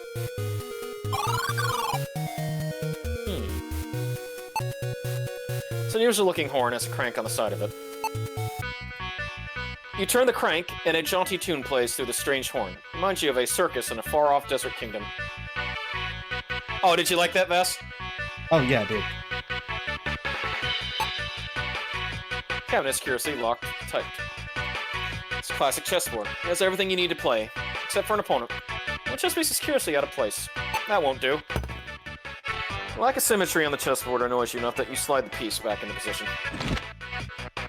After setting the board, you hear a faint click come from the cabinet across the room. After pulling out several of the knobs and handles, the door is finally given to slide open. Someone left a hammer here. Looks out of place in this game room. Reach in the drawer and take out the hammer. A games room is an unusual place to store tools, you think to yourself. Let's not dwell on it.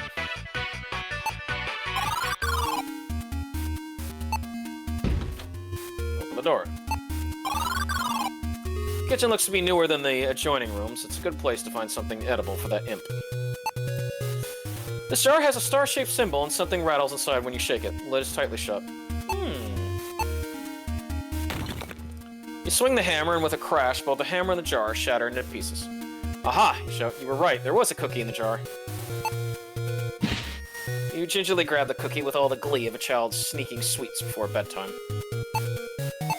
This cookie is delicious. It tastes like devil's food cake. This ought to satisfy that thieving imp. Seems in the oven. A rotten, smoking smell rushes out. You see a chunk of charred meat on the rack. You see a circular chunk of charred, hollow meat, about the size of your hand. You grab the chunk of meat and take it with you. Alright.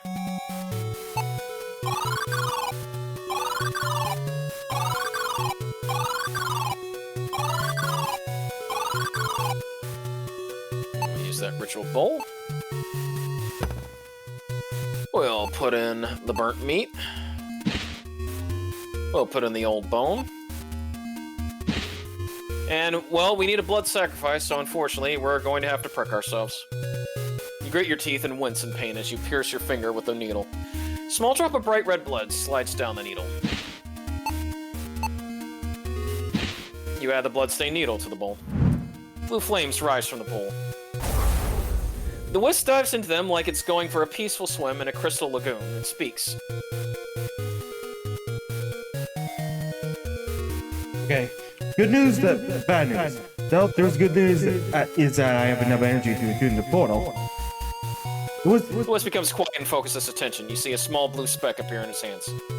The speck grows larger until it's a crystal the size of your hand. There, take this to the portal. The wisp says. Now, the bad news is you're a gateway to what the people call hell.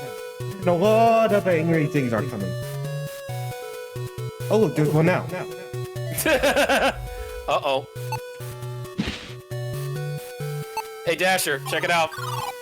A strange woman appears from out of nowhere. You realize the cavern has become cold enough that you can see your breath. Well, we need to get out of here. But we're not quite done yet, because we do have to do this just for completion's sake of the map. Your curiosity got the best of you. You step back into the mansion. The foyer is dead silent.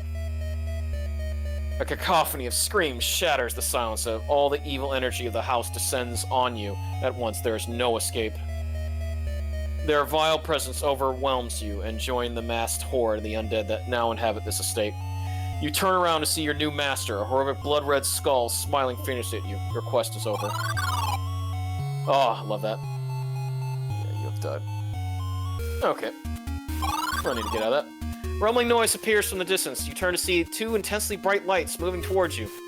You stare as they grow larger and larger. They're headed right for you. Well, I'm out of here. Rumbling noise and bright lights approach and faster. You turn and start to run towards the fortress. You hear a screeching noise and a woman scream behind you, followed by a tremendous crunch. Phew! I'd be out of that spot, you exclaim to the empty wilderness. You smell a pungent odor filling the air. You have no interest in going back to learn what that was. It's time for you to check the portal. Oh, I'm sure it's nothing important.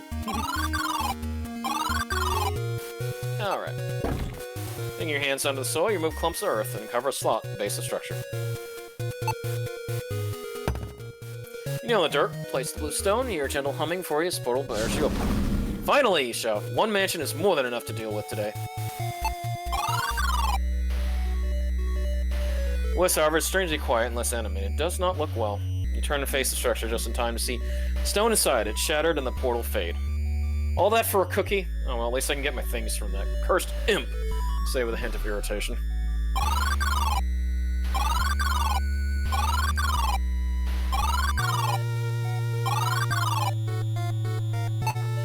Alright, here's your cookie. You lay the cookie on the ground before you can shout that you brought it food. The imp swipes up the treat.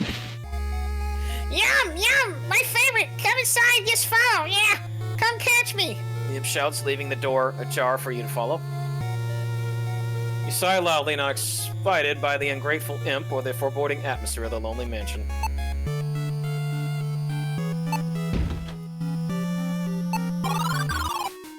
Seconds after you enter the room, a gust of wind slams the door shut behind you.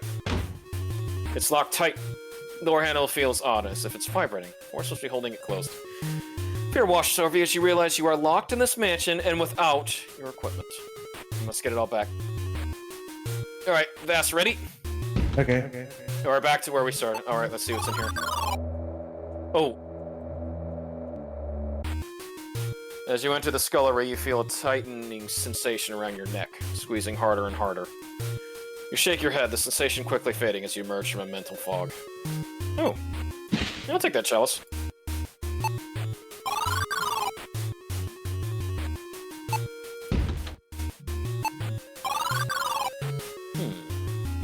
I open this door? Nope. Won't budge. That won't door look like it's stuck. Alright, let me see right here. Okay, Dasher. Okay. This looks like a place we could move here. Let's go here. Yeah. As you kneel down to glimpse into the hole in the cell floor, a slimy tentacle reaches out from underneath the boards. It instantly wraps around your neck and pulls you into the darkness below. What kind of maniac has their tentacle monster in their mansion? Easy, Manic Mansion. What a tuna head. You always wear a tuna head, Del. I just thought I'd show that off again, Vas, because I love that little Easter egg. Maniac I Mansion. still kind of clapped with glee when I saw that. Yep. But you know what, Dasher, is that you didn't have your can of Pepsi for the tentacle. I didn't. 12 full ounces, that's a lot! This eerie painting depicts the night sky hanging over snow-capped mountains. A strange golden sun appears out of place. I'll take it. You jump and grab the golden sun, pulling it off the painting. Oh well.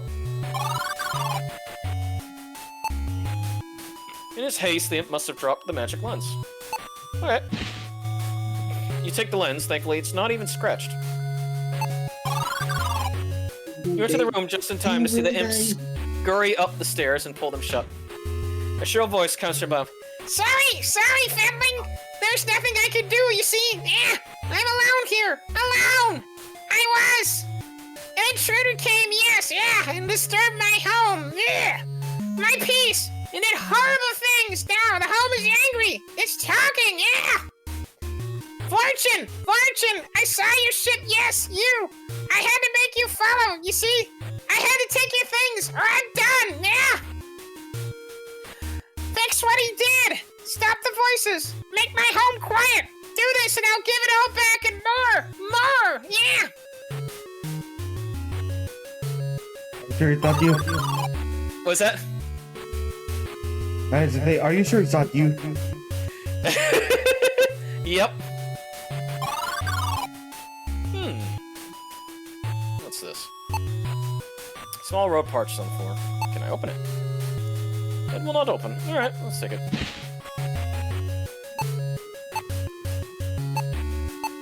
You unfold a scroll, reading a sentence that makes you feel most uncomfortable. Banishing the incorporeal. If possessed with the proper laboratory equipment, bile or blood from a spirit's beloved produces a purifying liquid. Sewage is a discrete source of the samples needed to synthesize a purifier that will exorcise the spirit from reality.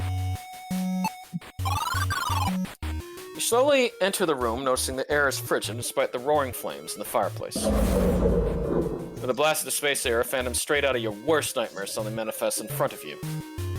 Numbing cold comes off the creature in waves, chilling you to the bone. A small voice rings in your head. Oh. Did I? Yeah, that's it. Wisp. All right. Just give me a moment.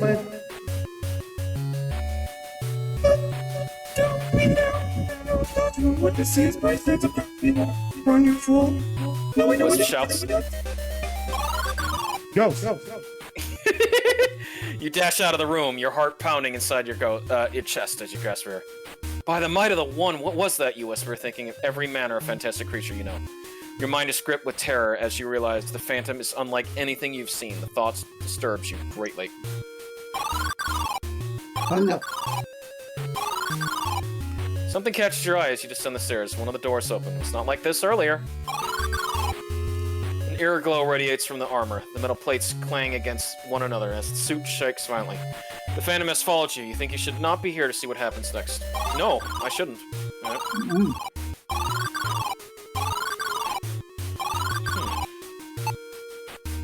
Spotting the fireplace, you eagerly rip the boots off your place your wet socks close to the flames. With great dismay, you realize the beautiful blue fire gives off no heat. You do see an opening beyond the flames.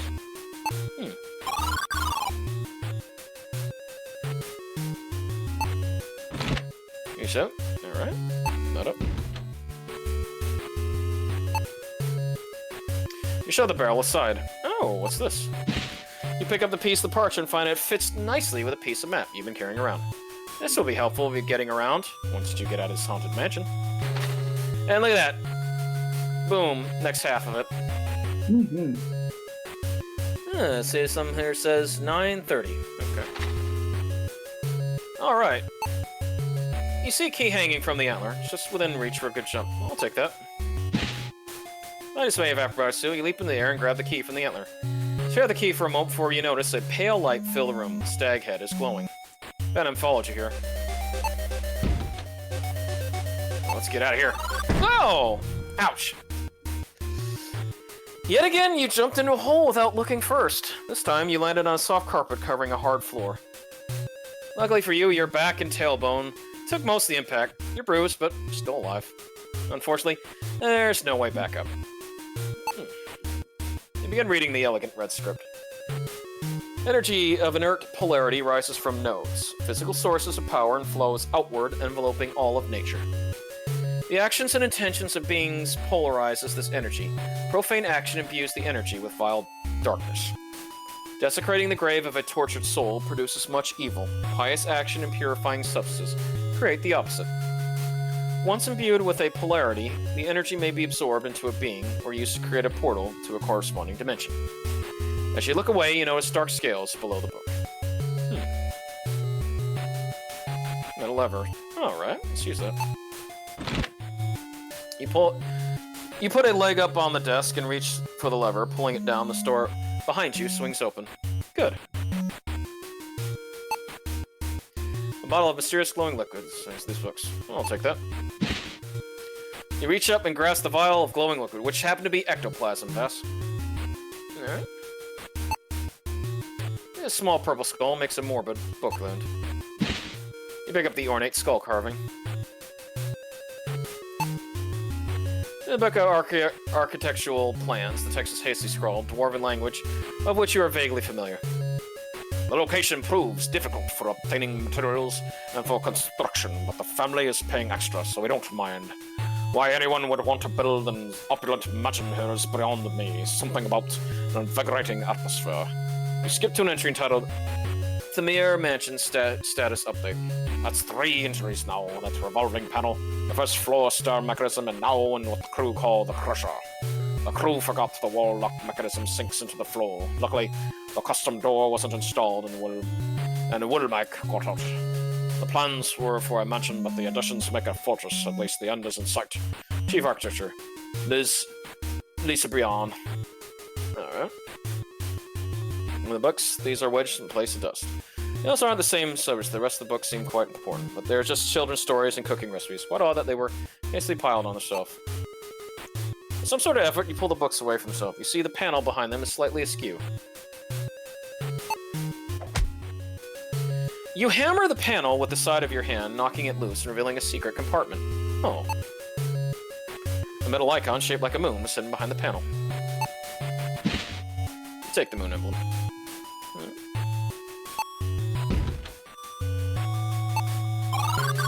Ah, it's that laboratory.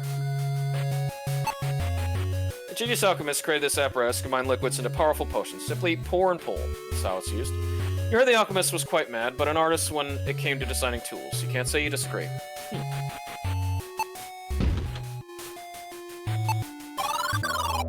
Oh, look at that, Vass.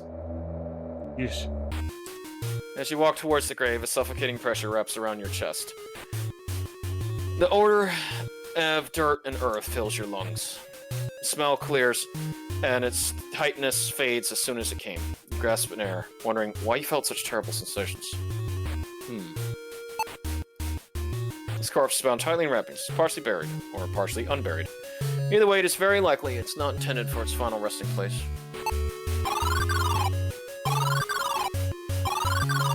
Ah, so that led there.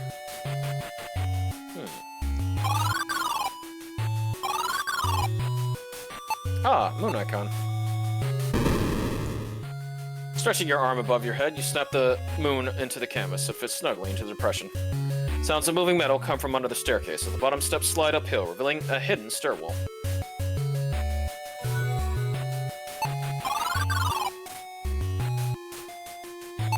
Ah, and we have that basement key. Put the basement key into the door, unlocking it as you do. You wonder if you really want to know what lies beyond. Yes, I do.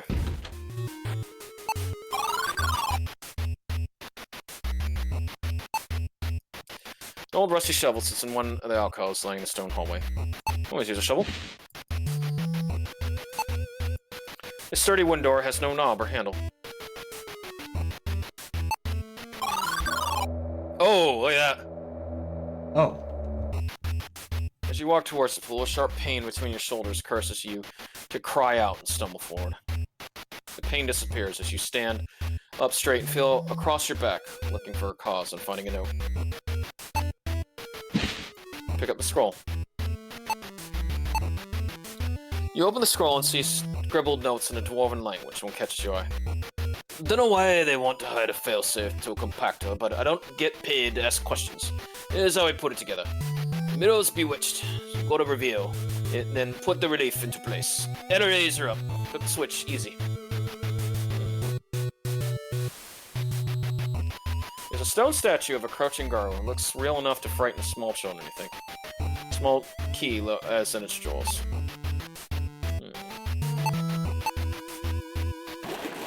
You dip the chalice into the rancid liquid, taking extra care not to let it touch your hand.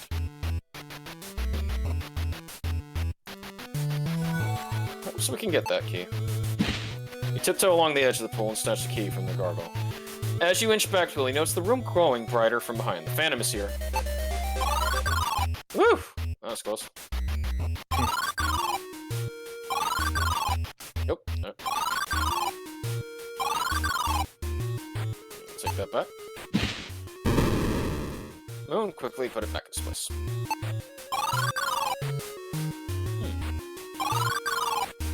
Ah, that's what we did. Okay. Well, we can use this here.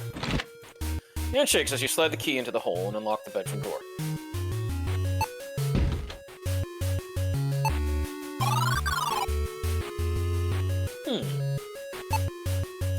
You nearly squint and swear you can see something under the bed.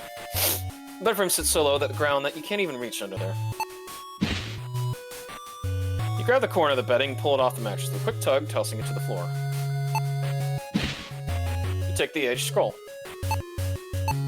You begin reading the scroll.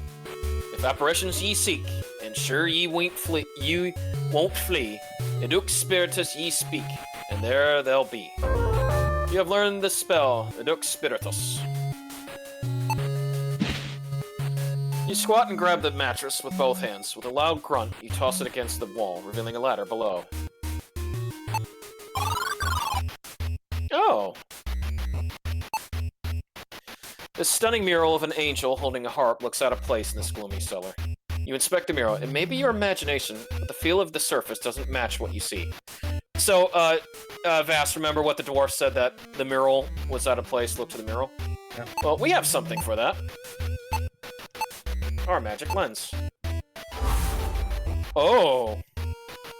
You hold the lens up towards the mural and peer through the glass, and the holy image fades, and the mural reveals its true form.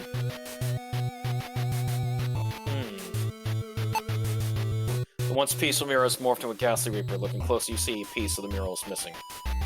Per se, a skull. There we go.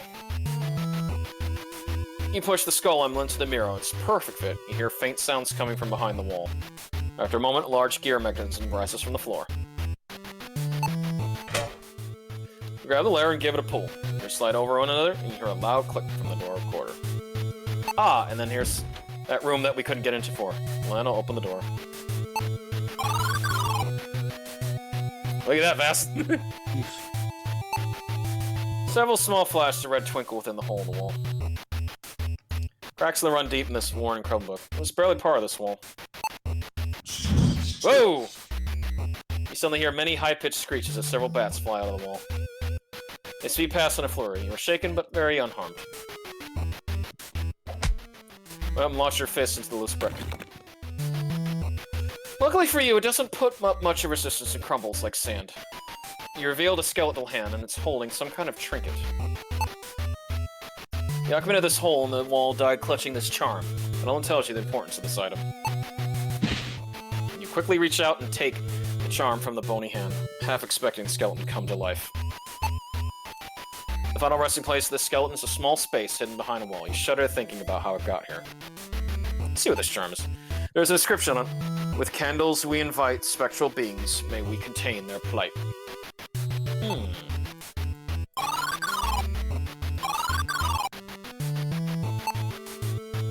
Pick up the cold metal, tightly pull hard, lifting the door open. Oh, look at that, Vast. So, by using that mechanism, we made sure to stop the trap that was in here. Woo! Huh? Yeah. You jump and grab onto the metal bar, pulling the door shut with your weight. Oh! You reach out and grasp the shield on the door. Pull it up with all you might. And land right onto your rear when you realize that it wasn't even securely fastened in the first place. Well, no one was around to see that, unless that ghost saw you. Best not to think about it. Grab on the metal bar and pull over. Count what causes the door to slide open with ease. The tile appears to be slightly misaligned. Look closer, you notice scratches on the floor. You hook your fingers around the tile and slide aside, revealing a shallow hole. Okay. Oh, pick up a crank handle. Alright. And get out of here.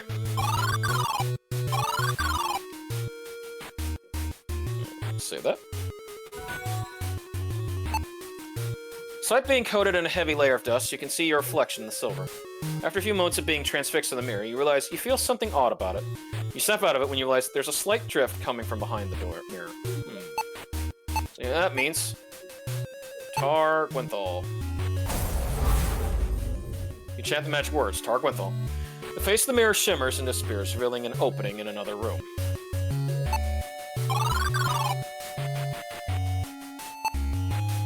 An gray object is covered by the bedsheet. You can't tell what it is from here. A leather-bound diary sits on the floor. You open the diary and notice the bold yet beautiful handwriting.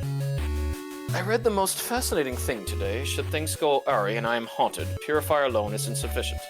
The remedy? Pour salt on the corpse. Ha, trivial. You close the book and wonder what monster wrote such things.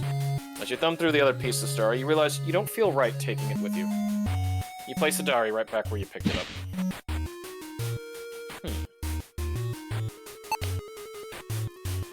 Remember, cuckoo clock is switched to the wall, obscuring externally. Amateur hiding place, I'll bet. These weights control the lock's position, and that brass key opens it, you say. So now it's 9:30. Alright. This one's a bit tricky, Vast, so we have to be careful, because something's underneath there, as you notice. No. Alright. You twist the key and hear the sweet clicking sound of a lock coming undone. The clock face swings open, revealing a brilliant red gem. I still got it, you whisper with great satisfaction. Place the red gem in your pocket. Or a simple extra crafting as a lock on the side. Alright. See ya.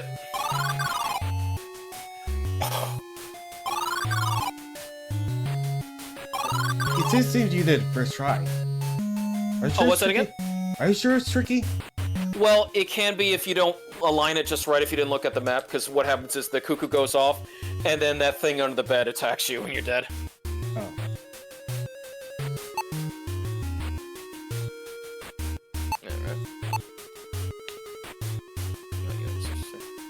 Oh, actually, let's see.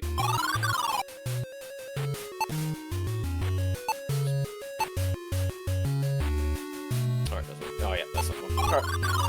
Alright. Okay. Such an armor is similar to that of Gwenethel Commander. The fingers of the right gauntlet are spread apart.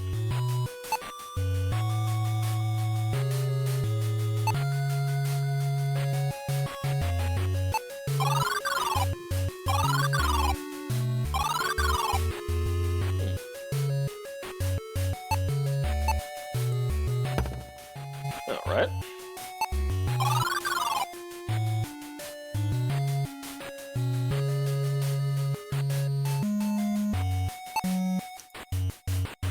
Nice. Alright. Sit right here, just in case. Crouch down and fight the urge to vomit as you grab the body and pull it into the grave with a shovel. Something's in that. Alright.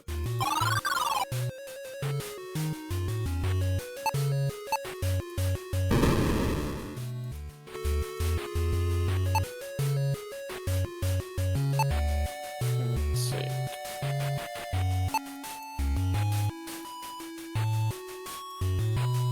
Let me just check something. Yep.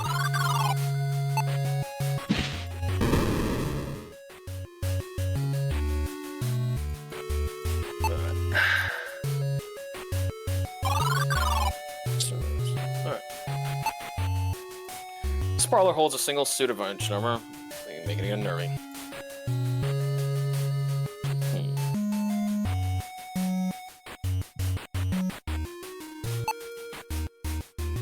Okay.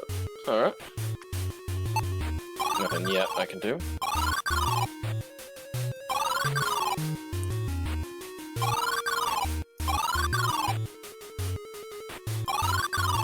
It's better.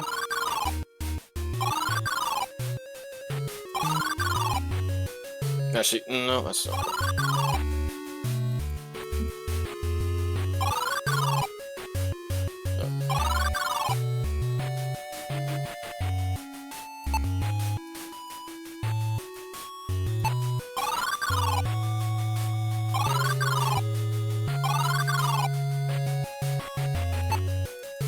Started sang from the ceiling. Thus these flames to this died long ago. Oof. No.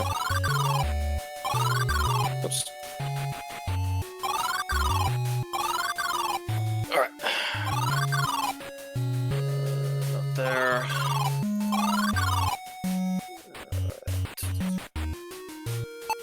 Know about the charm. Should go right here. That way we can trap the phantom, so we know about that. We're not quite ready. Alright. Phantom trapping. Mm-hmm. Good day job. Alright. Ectoplasm. Pour the ectoplasm into there. Mm-hmm. Chalice. Alright. Use that. That's the crank handle. Pull it slowly, powering apparatus. Bubbling, hissing comes toward the apparatus works. Magic is fine to fill a vessel, a table with a pungent smelling substance. Chemistry complete, you grab the vessel containing the concoction you've just created, the purifier. Alright. Not quite yet. Oops. So that knight is missing something. Why, I'm sure he's missing his armor. Or a piece of his armor, which would be a shield.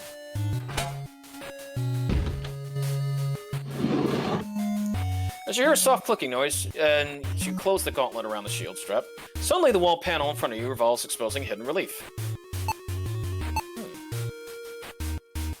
Press the sun perfectly, it fits in there. How about the moon? You reach up and place the moon into the relief. It locks into position with a satisfying click. The hidden compartment contains a small red gem. Place the red gem in your pocket. No, it's not.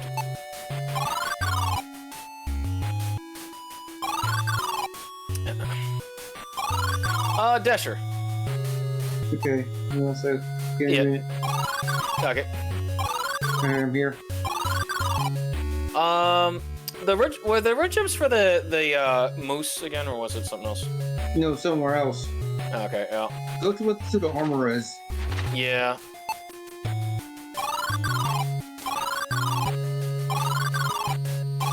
Oops, not that way. Ooh, excuse me. Alright. It's there. Oh no, I got it. What you meant, like, just like the... Yeah, well, we have nowhere else to pick you, or you're good. Yeah, but I just need one more thing to get. That's gem from the clock. That's gem from the suit of armor. Yeah, those are the grades. Yeah, but I'm missing something. Trying to remember. No, because I need. Oh, there we go. Yep. Yeah. Yep. Because we had 2 slots for that. Ah, yes. And it had. You grab the sack and see that it's full of salt. A strange thing to keep in a grave, I'm sure. We learned about that salt sack. Aww. You really pour the salt across the body, leaving a large pile or the victim's heart. Aww. Driving a shovel into the pile of earth, you begin the somber activity of burying the corpse. With each shovelful, you think about how miserable it is that you are on this journey. You were not prepared for this. This is what it is. Alright, Vass. Time to catch this ghost. Okay.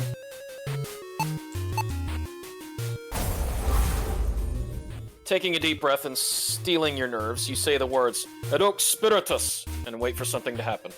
A familiar wave of icy air hits your body. You shiver from cold and fright as a phantom appears before you. Take this purifier. Ooh! Damn. Gathering your courage, you scream, "Be gone, monster!" and throw the foul-smelling liquid at the phantom. Its form begins to dissolve and lets out a horrifying shriek that leaves your ears ringing and your eyes watering. So this is the, basically, think, Dasher, back to Uninvited when you had used No Ghost on the, bell. Yep. Yeah. Taking a deep breath, you look forward around the room and everything is calm and peaceful. Alright. Imp, give me back my items. Look at that, Vass. It's the imp who stole your things, but having dealt with that phantom yourself, you feel no malice towards the creature. Thank you! Thanks! Yeah! My home is quiet! Yes, silent! Yeah, ours well! Aww. I'll take my equipment. Finally, you say as you take your things. You know more hardship is coming, but you feel good to be on your way. Oh, he left something in here. An unusually small charm has been tucked away with your goods. There's something written on the back of it. You bring the charm close to your eyes and speak the words from the tiny inscription. When the dead hold a secret, these words will show you their final moments! After reading the inscription, the charm crumbles in your hand. You have learned the spell, Desitia Mort. Oh. You take the silver key. See ya, Imp. Vass, if you're wondering, there is another way you can go about doing this mansion. That will end with the imp dying, if you're wondering. Oh yeah. So so there's 2 pets. Vass. Yeah, no, I wasn't gonna let the little guy die. He's our friend. We gave him a devil's food cookie. Ah, the pantry. So let's use this. Guess I'm evil then. All right. I didn't do it the first time though. Yeah.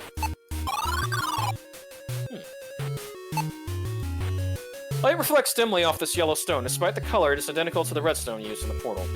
Okay. This yellow stone gives you a strange sense of deja vu. It reminds you of the red stone that activated the portal. PI stone. These once fine dinnerware plates have been reduced to shards of broken ceramic. You peer at the jar and notice a single floating eye looking back at you. Ugh, you say, calling from the specimen. See ya. Alright, Vast, now we can go to a new area and out of this one. Having defeated the Phantom, the front door is open. You are free to leave. We are all free now. You step out of the mansion into the cool night air. So much time has passed since you began chasing Balthazar. An unsettling feeling washed over you. You don't have long until the evil scheme comes to fruition. You must hurry. Well, let's check out that stone. A thrumming noise rises from the structure. Your hair stands on end as power crackles through there. You ready, Vess? Yeah. Space in the center of the machine begins to waver and soar as portal appears out there. And now, we're in Deja Vu. You stagger forward, your head spinning like you're recovering from a stupor after a week-long festival in Windermere. You have no idea where you are or why you're here, but at least you remember your name. Time to go, Dell, you mumble. You look around, the portal's nowhere to be found. You sigh heavily, wondering what to do until the Wisp begins speaking. More good news and bad news. No. Bad news with this time. We entered the world nowhere near a portal. The good news is that the key to use the portal is in the beating. We can figure out how to get to the portal later. First, let's find the key. A case with a glass door is mounted to the wall. There's an indent as if it was meant to hold something and appears to be the shape of a sword. It's an image of a man wearing a pinstripe suit with a snake on the front. He's holding a leather glove and a white ball. A plaque at the base of the image says, "Starting pitcher, K. Roloffs, player number 52. There's a note written on the image. "To Joe, thanks for the free grub. It was edible." It's an image of several people all wearing the same uniform with the snake emblem. They must all be soldiers from the same kingdom, fighting for their snake lords? It's a plain wooden door with an out-of-order sign. You see a dried stain on the floor. Ew. You're in a very dingy hallway. Approaching the glass door, you look upon a vast city unlike any you've seen, filled with humans dressed in unfamiliar clothing. I'll need to blend in, you say. You see some men out front, and you overhear their conversation. "We got the door covered, and Frankie's inside looking for the money, boss. No way Ace getting out alive."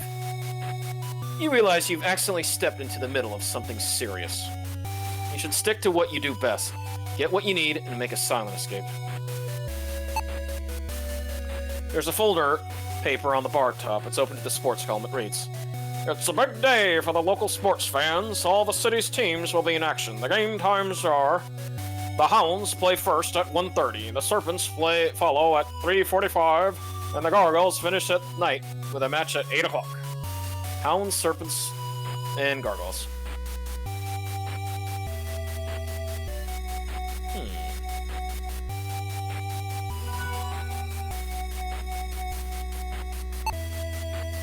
The sign on the door reads, "No customers allowed." Luckily, I'm not a customer, you think to yourself. You open the door. Light rapidly fades as you descend the stairs. You can't see anything save a small chain hanging from the ceiling. You reach overhead and give the chain a gentle pull. It clicks. And light fills the room, and revealing a small cellar. A self-lighting miniature lantern? How convenient. I'll be sure to remember that when I return to the Fens, you think? There's a framed picture stored down here. It's far too filthy to make out what it is. You failed to take it. You turn the knob and prepare for a stream of wine to come pouring out. You are just about to bend down and drink from the tap when you notice that a steady flow of water comes streaming out. Watered down wine? What a shame. As the last of the water drips out, you notice that the picture has been conveniently clean. It's an image of a man wearing an odd helmet with a stone monster painted on it. He's holding a brown leather ball. A plaque at the base of the image says, "Wide receiver. See Guyzat. Player number 45. There's something written on this image. "Joe, you gotta hire a painter and fix the place up," Guyzat. So we know for sure that it says 45.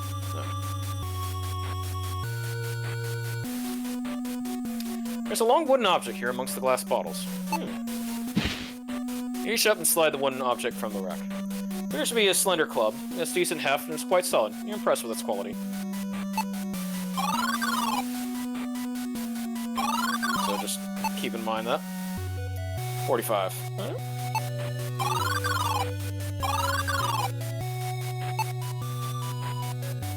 52. Alright.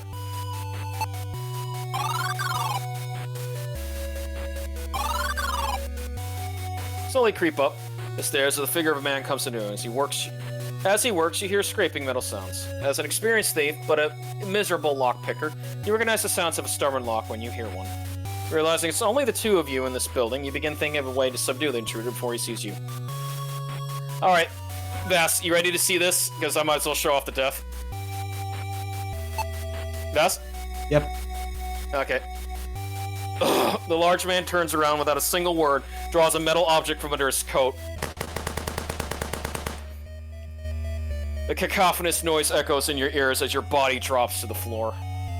You feel warm liquid seeping from your chest and pooling under your back as your vision fades to black. Welcome to Chicago. Keep the change, you filthy animal. It's a sad thing that your adventures have ended here. Okay, so with that baseball bat, we can take care of him. You sneak behind the thief, raise the club over your shoulder, and prepare to swing. His gruff voice mumbles, "Got it!" as the lock opens. Seizing the chance, you swing the club, striking him in the head. A goon stumbles slightly and collapses down the hall. Realizing you handled the goon and the lock simultaneously, you drop the club and smile at a job well done. It's a photo of a large pad of gloves. You aren't sure what they're used for. You read the name on the faded poster. It says, Puff McMuffin. You see a spot on the wall that is less faded than the rest. Something must have hung there recently. Alright. It's a faded light brown coat. This is what the people of this world wear. It might be useful to help blend in. You take the faded coat. Maybe it'll help to look the part, you think.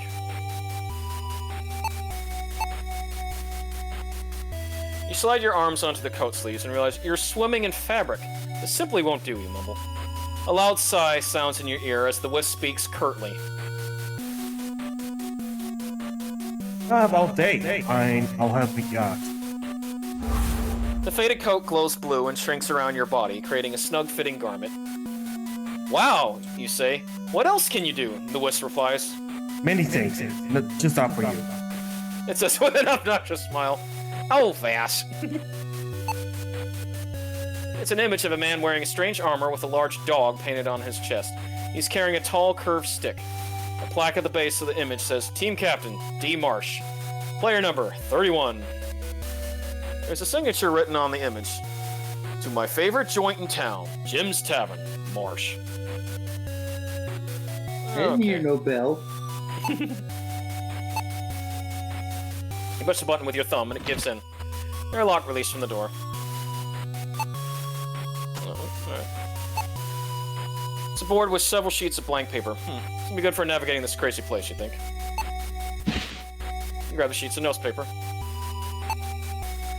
You have no idea what this object is, but it makes a rather off-putting sound when you lift the part up. Best to leave it alone.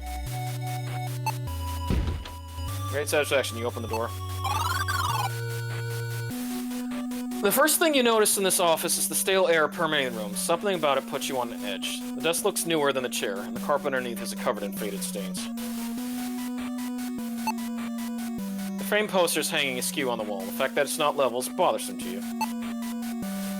Unable to tolerate the unlevel poster any longer, you pull out from the wall, revealing a hidden safe.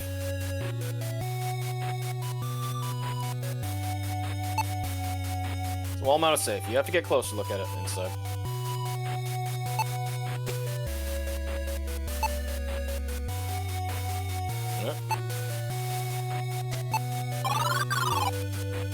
Okay, and then if we remember from who played first, it was the dogs, snakes, and gargoyles.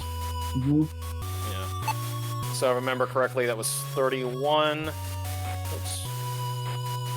The snakes played next, so that was 53, and then 45 was the gargoyles.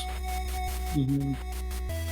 Grabs the handle, attempt to pull the safe open, but it doesn't budge. Oh, I think it's 52, actually. And there we go. And it opens! Look what we found, Vas! There's a pile of green paper in the safe. If this is locked up, it must be important, you mutter to yourself. You grab the piles of paper, understanding that they are valuable in this world. Oh. You grab the portal key, glad to be one step closer to getting back home. You hear several loud footsteps in the next door. A gruff voice speaks up. We got Ace Trap, boys! Get him in there and let's rattle him up! Don't stop till he's full of lead!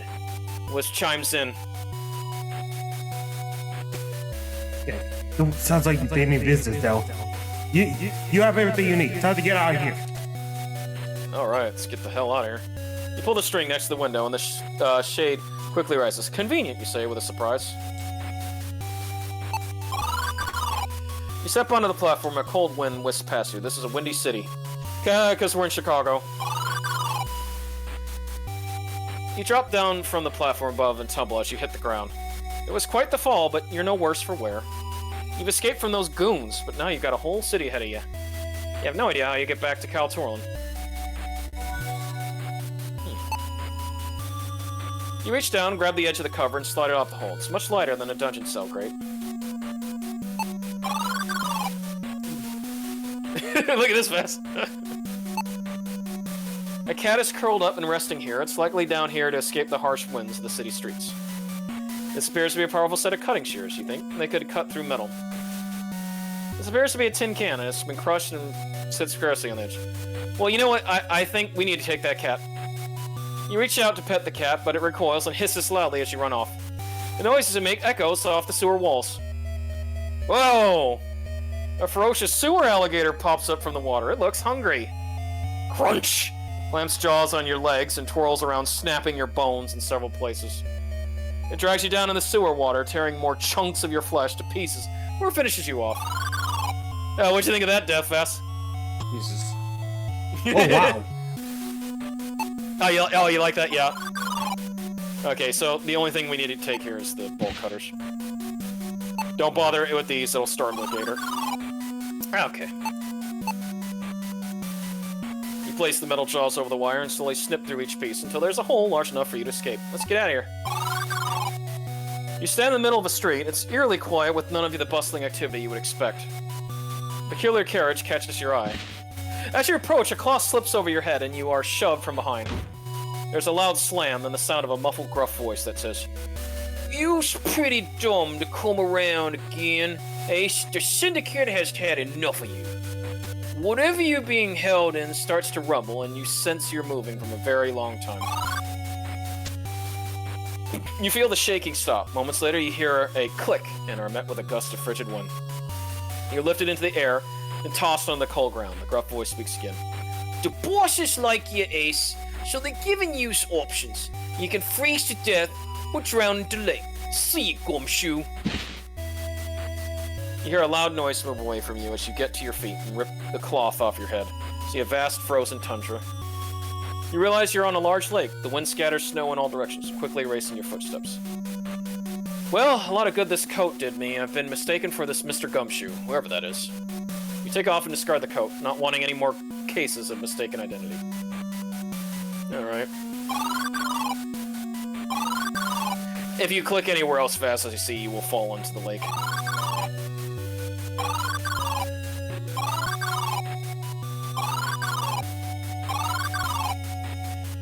Whew, you breathe a sigh of relief as you step foot off the frozen lake. After the excitement wears off, you calm down. You quickly retrace your steps and write them down. With your notes in your hand, you feel like a real detective. Surely you're better than whoever it was those goons were after, Mr. Chew something? Oh, look who it is, Vess. Ace Harding.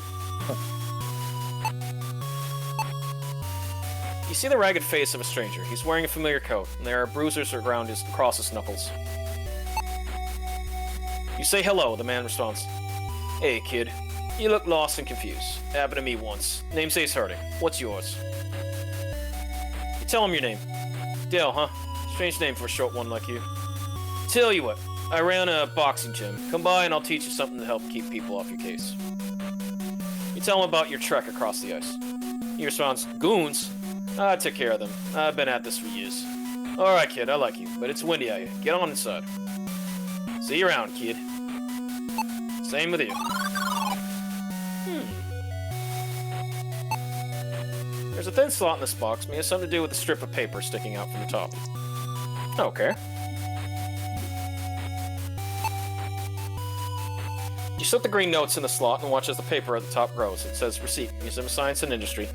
You don't know what science and industry are, but you know what a receipt is, and that's your ticket into this place.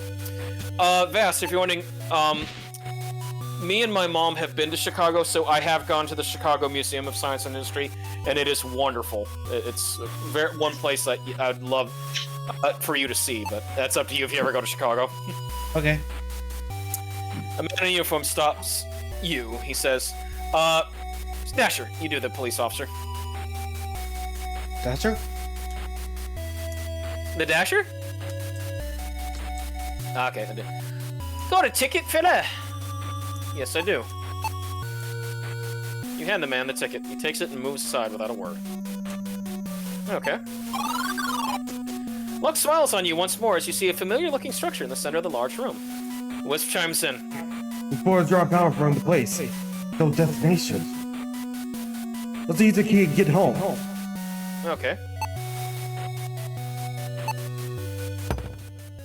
You place a slot.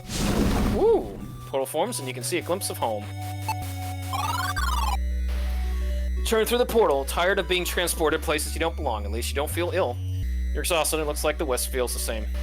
As you consider resting for a moment, gust of desert wind strikes you, reminding you long journey ahead. At least now you have the knowledge to traverse the dangerous expanse of the Great Barren Desert. Or at least you think you do.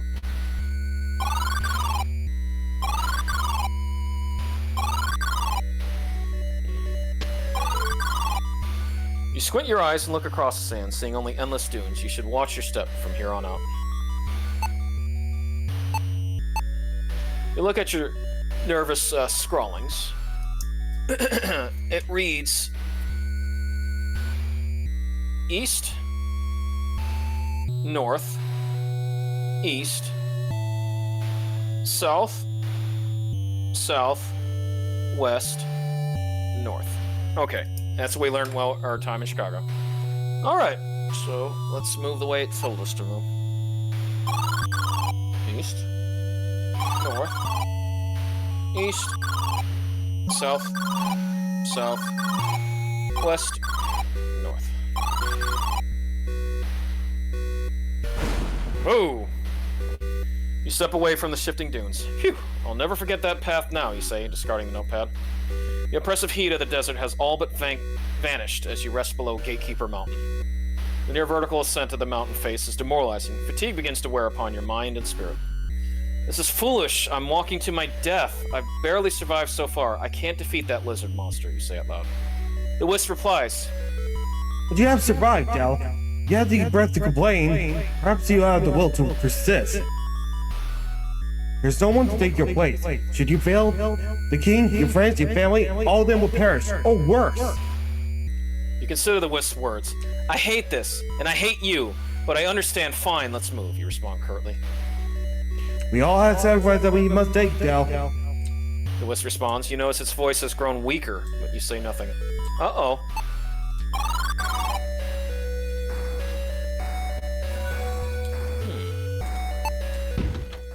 You grasp the handle, swing the carriage open. As you step back, you almost lose your footing on the edge of the path. You look down the steep rock face. It's quite the drop. This carriage is literally sitting at the edge of disaster. Take leather climbing on the harness. Grab the rope parchment. From see what's another part of your map. You open the page, mark the circle passage. Fables tell of traders who could travel lands by speaking a word of great power in fairy stones. Marked with a telltale X, fairy stones can transport one across a kingdom in a flash. Tak ith eos. Takiethos. Takitheos. You feel a sense of wisdom wash over you. You have unlocked some arcane knowledge. You have learned the Takitheos. Alright, we need to get out of here. As you turn to step out of the carriage, you feel its rocky side. You realize that it is about to tumble over the edge of the cliff. Woo! Leaping the cart just as completely tips over the edge and tumbles down the rock face. Wood planks shatter in all directions, and the cart impacts the ground with a loud crash that echoes for miles. That was a close call. As you catch your breath, you realize that this path is clear, and you can now ascend the mountain.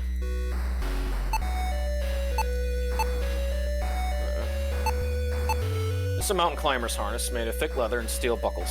Alright.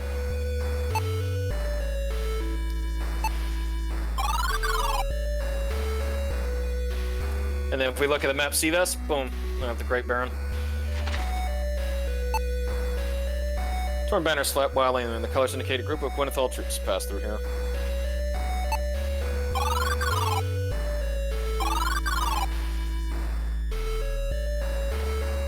You approach the tent looking to collect more valuables, that is, until you see something begin to move. A Digaboo body lurches from the tent, wearing the armor of a Gwynethal soldier. It stands silently before you. Oof.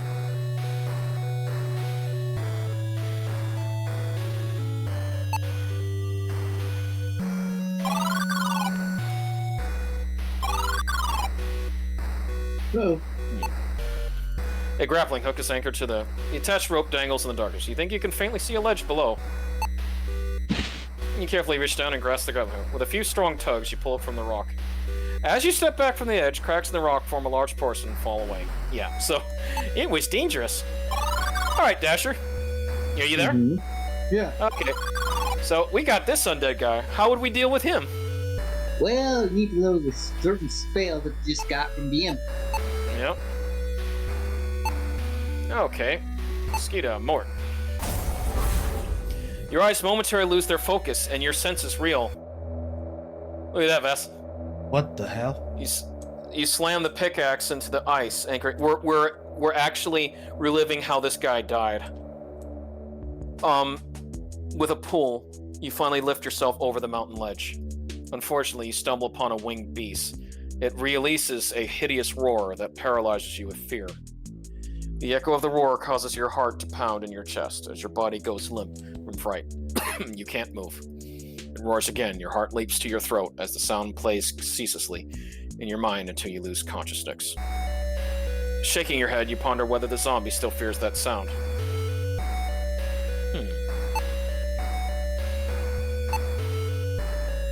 We have nothing that we can do for it right now, so... So let's see if you can. Oh yeah, I forgot. Let's see. Just talk to it. Yep. Despite your diminutive stature, you raise your arms high and wide into the air and growl as fiercely as you can. Grr. Your ruse works. The zombie drops the pickaxe and shambles away, tumbling down the side of the mountain.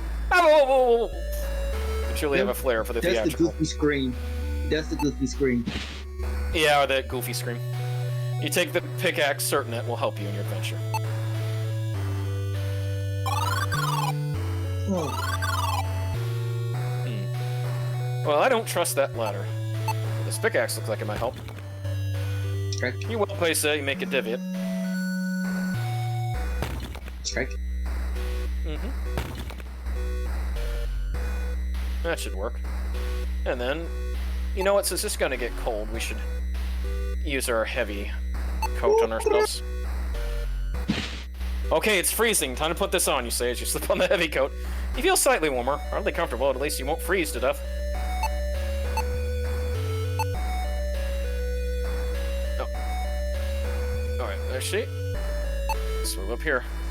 After rubbing your hands together, you grip the frigid ice wall and begin to climb. Before long, you reach the top of the ice wall. As you climb up this platform, you notice the temperature has dropped significantly. The lightest breeze sends a chill up your spine. Boats are mounted to the cliff, and it leads around the ledge. Luckily for you, there are those who have conquered this mountain trails and have left behind tools. Alright, here's our harness. You attach the harness to the lead rope. It's firmly attached and can freely travel along with the rope. No. Slip on the harness and begin slowly to across it. Your foot slips as you begin to fall. However, the harness tightens and catches you. After regaining your footing, you continue along the path. After a certain long time, you round the corner and reach the other side. You inch your way around the edge of the precipice, unhooking the harness and glad to be on safe ground. Oh, look at that, Vess! Wow. Until you notice movement in the corner of your eye. A winged beast clambers over the edge of the cliff. It stares fiercely at you with razor-sharp claws ready to strike. Maybe the monster that frightened that dead man. No wonder this monster terrified the zombie. Even in death, the haunting eyes remind you of two brilliant, lustrous pearls. Pearls, you say? Why, I think we have one, Vass. You toss the pearl towards the monster, and it deftly snatches it from the air. It growls with dissatisfaction. orb. Having received what it wanted, it takes off down the mountain. Your path is clear, but you still need a way across Scrap. Why, it's a good thing we drank some dragon tears.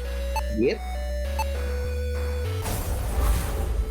You speak the magic word, Polychromos! Beams of color spring from the cold rock, swirling across the expanse. Still a brilliant rainbow forms. Touching the rainbow with the tip of your boot feels as firm as stone. Resting on a crude nest is a creature you recognize from Gwenethal Castle. You gape in astonishment at the coincidence. Well, I'll be the son of an elf, you say with a smile. You wonder if you have any more sugary treats. Yes, I do. Yeah, give me a moment.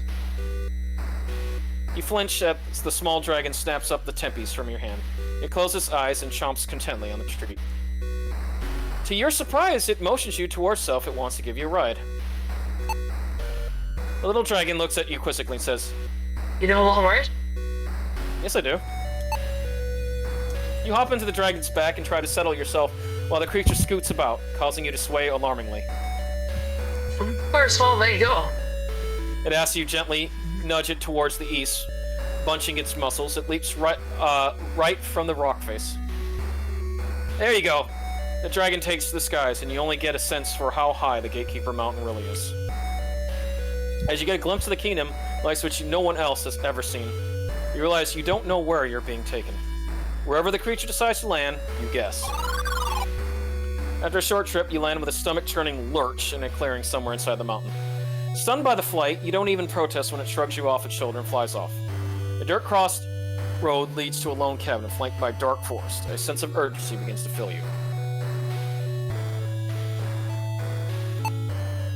And then, of course, because if we want to, we can always use Tekathemos. And then from there, yeah, you see where I want to. So that's how we get around, by the way, Vas, so that's a good thing. The wisp speaks to you, its voice soft and weak.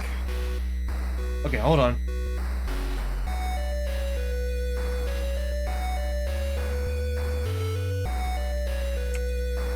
Portal uses a different source of energy. No. This portal is powered by a pure life force. It demands a great sacrifice to open. But I have an idea. You may be able to borrow sunlight from the recently departed. Speak to the dead, see their final moments, and find the one's second wind of their last bit of life. Much has been asked of you this day, and this will not be easy. Be resolute. You haven't proven yourself capable. Let's go. Okay. So, we actually know a couple of that Tekatheos. What a trip. Oh, see what happened to the captain? What happened to Vas is when he got his boys, he went back into that cave and dealt with the dire wolves, but died doing it. The guard captain has collapsed. The wounds covering his still body are identical to those on the two guards. His signature reads, Paulovan Montview, Gwenthal Guard Captain, born 2391 CS, enlisted 2417 CS. Okay, so we're gonna use Adux Spiritus. Oh, sorry, not Adux Spiritus, I mean Decidian Lord. Your eyes momentarily lose their focus and your senses reel. The cold night seeps into your bones and your legs tremble with exhaustion. A lump grows in your throat as you wrap their sheets. We're home, boys. I got them for you. Got them all. Your legs fail you, and you fall to the dirt. Your breath becomes ragged. Be good, lads, and tell your mom I'll see her. You shut your eyes against the stars. The noble soul. Try to forget the saddening vision, and not stop a tear from escaping your eye. So that's what the imp gave us, but yeah, it's a very unique way, because like you're basically seeing the final moments of everybody that has died.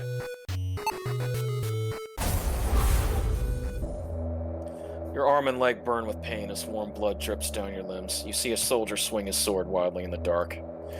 Ah, run, damn it! It's direwolves! Get up the rope! I'll be right there! Go, Benovin! Coming! You turn to run, but a massive weight lands on your back and knocks you to the ground. You feel teeth puncturing your neck. The brave soul.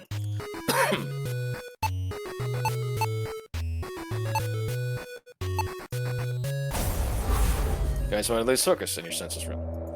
The pain for the bite in your thigh is the only thing keeping you awake as you prop yourself against the cold rock. Marvin! You shout, but don't hear a reply. You call once more and into the mouth of the cave and hear only your echoes. You try to stand but fall back on the ground, on the rock. Blood flows rapidly from your wound as a wave of exhaustion overtakes you. Giant grass soul that departed. Okay, so yeah, any place of S that we've seen a dead body, we have to pick up souls. So we're gonna do this, and then we're gonna go back here. What a trip.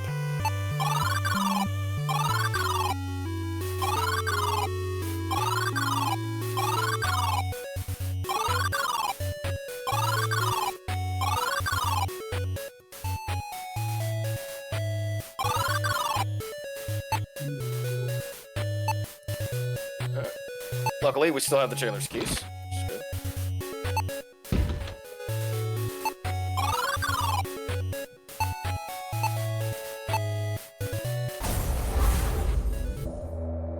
Your heart races as you slam the door to your chamber, nearly knocking the purple-green banner off the wall. It was by chance you saw the book fall from Ovin's satchel, and by fortune the pages revealed his plot with Veldar.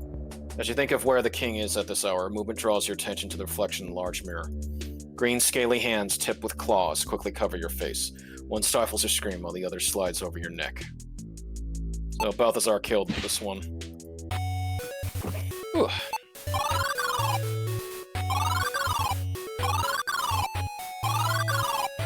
Oh, those ribs were really good, Dasher. I'm sorry, just Lloyd's does really good ribs. Yeah, for a name brand. Wait, I'm sure you've had Lloyd's before. You know I haven't. Oh, really? Oh, it's very good. I gotta check in culinary arts. Oh, what? I didn't have it on there. Sorry. Like someone else put some stuff in there. Like, Yeah, is Lloyd's like you know, like a restaurant, or was it like? it's a brand. Like you could find in a grocery store. Lloyd's ribs. Okay, Lloyd's ribs. I'll have to keep that in mind. Oh, it's delicious. Oh, I like Lloyd's ribs. Famous. Okay. What a trip. You think, why are we going back in here? Well, there was another soul that was in this place. Yeah.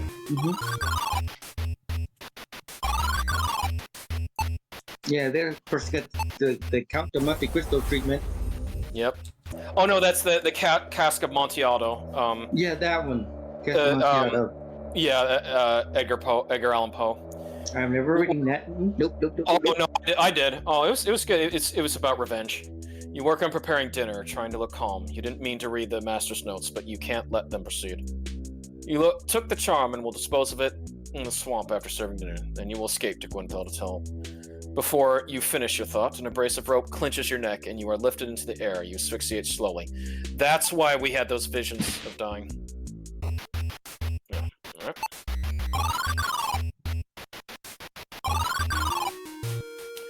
Well, you know what's interesting, Dasher? Yes. You can actually use Mort on this guy, too. Who? Let me. Where? The guy under the bed. Oh, really? Can you? You sit on the cold stone, staring into the dark liquid in the pool, while marveling at how quickly he is progressing. You hear footsteps behind you and turn your head to see his familiar grin. Ah, there you are. Fetch me my chop. Shaking your head, you try to forget the horrifying vision. Yeah, unfortunately, like, he wasn't a good person, but yeah, like, you find out what happened to him. Stabby. Yeah. And then finally, this one.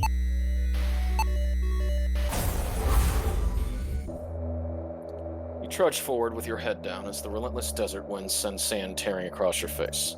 You've wandered aimlessly for days, thirsty and exhausted. You decide to sit for a while. You realize the sun is setting. A portal to far-off lands, you whisper, clutching the hand wheel. Was not worth my life, you say, with your final breath. Okay. Alright.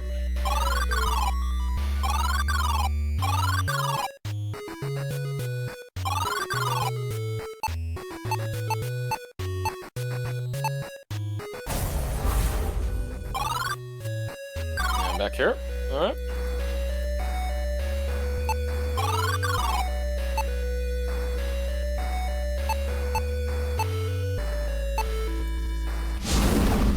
You release soul, carving structure, gentle red glow.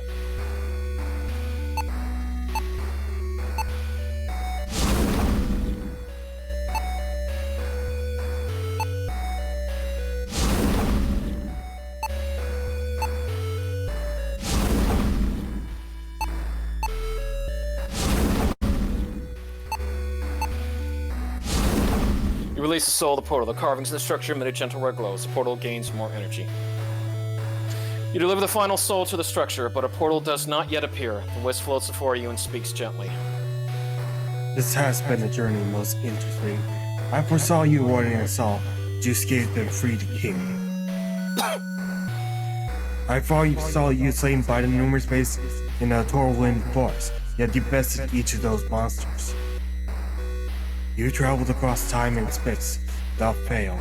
You made your way home and closer to stopping the coming cataclysms. You have surprised me. Prove yourself worthy ally in the battle against darkness. Now, you must proceed alone. This portal requires an assault. Be brave and clever. Do not submit to the evil you will face. Goodbye, Del. That's an amazing picture, by the way, Vess. Yeah. Or by the souls in the wisp sacrifice, the portal is now open. You exit the portal less sick than usual. You're not sure where you are, but you recognize a cold stone mountain anywhere. So you see where we are, Vess? Yeah. Mines of Mythrock. Shadowgate VR. Ah. Yes. Oh, let's see you this way. Oh. As your eyes peer up towards the unsettling large moon, you notice a steel cage imprisoning a red-eyed raven. Do you want to do, Odin? No. You can do a good impression.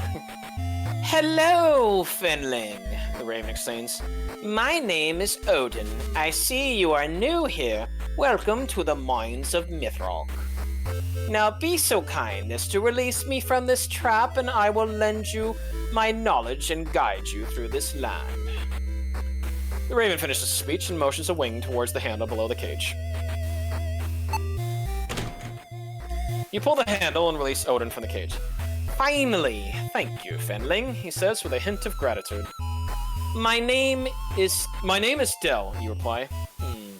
Odd name. Very well, Del. I shall join you as your guide through these mines. The raven flies over and perches on your shoulder. Forward into the mines of Mythrock, he squawks cheerfully. See? Ah, nice. If you need to get into the mines, just say the word, or rather, let me say the word if you catch my drift. You pause as you notice shards of glass float off the ground and assemble themselves into a mirror before you. The visage of an old man appears in the glass. His voice booms. Dasher! No, hang on. Oh yeah, I'll let you, you do your, Black Mirror Gandalf voice. The visage of... Okay. Listen to me, sorcerer. For time is speak. Sorcerer, you wonder aloud. Odin chimes in. Don't worry about that. This is a recording, but do pay attention otherwise. The image of the man continues. I am Lakmir the Timeless, the wanderer of Castle Shadowgate. The great drums of the mountain doors have gone silent. Do not fret. I shall not leave you unharmed. There's a Balrog in here that I'm scripted. Odin, my raven, and now you are guide. Lead you. Do not tarry. Fare thee well, sorcerer.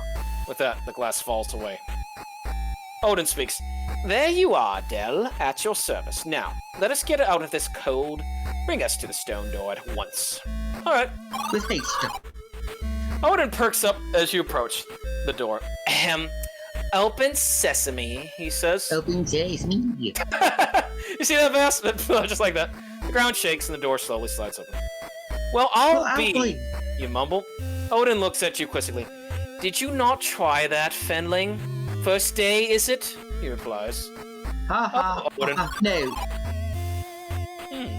Oh, look at that, Vass. Look how they recreated most of it, see? Yeah, interesting. Oh, we know what that Yes, is. that's You a think it could be portrait. useful. Take the tablet. Yes.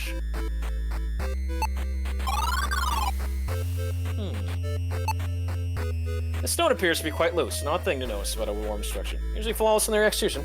It's not common to see a mistake by the dwarves. It's not. Hit the stone and hear a hollow thud. Stone crumbles, revealing a metal key. Ah, and then remember, Vass, what you had to do where you had to find the hidden chests and stuff to find the keys? Yeah. So, take key 1. Okay. Oh. Let's look at this first. It's a small red chest made of fine materials. You expect no less from dwarven craftsmanship. You lift the top of the chest. Inside is a small glowing orb. As you take the orb, Odin offers some advice. These mines are covered in glamour spells, Del. This orb will help you see through the facade, illuminating the truth where things seem missing. Instead of using Odin vision. Ooh. Yeah.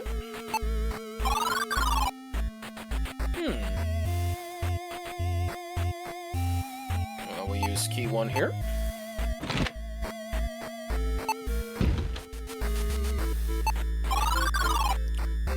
Oh, there we go, even further. Odin speaks loudly. Don't worry about that sigil. It is a defense mechanism that senses a threat. And you couldn't possibly be a threat, so onward. Almost finished with a snicker. Because we don't have a shield vest. Yeah.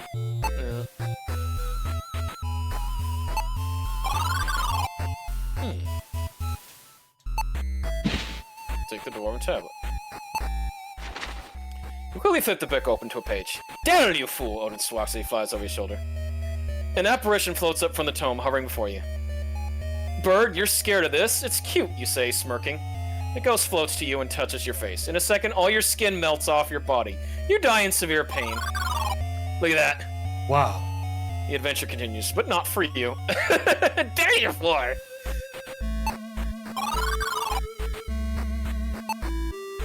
A morbid skull candle shines atop the table. You notice that the wax doesn't melt and the flame does not flicker. Take the skull candle. Open the scroll and begin reading the scroll text. Hey Rogue, I bring news. I have heard nothing from Figrin since his crew entered the western tunnel. It is unlike him. I am activating the defenses. I believe Figrin has unleashed something hidden here eons ago, and I have seen no one since.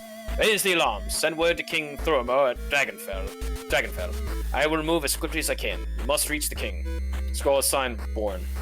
Return the scroll to its place. Dwarven mirror casts a stunning reflection of your surroundings.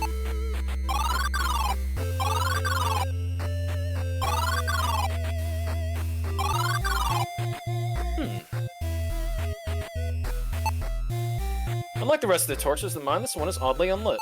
Let's see if I can use the skull candle on it. Nothing happened. You cannot take it. Alright. The dwarves use mechanisms and enchantments to protect their minds. Stone tablets are the key to overcoming their traps.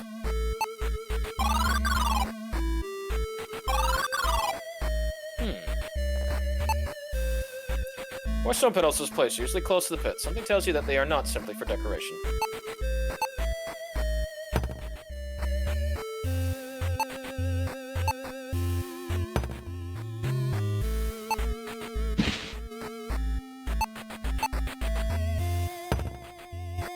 Okay.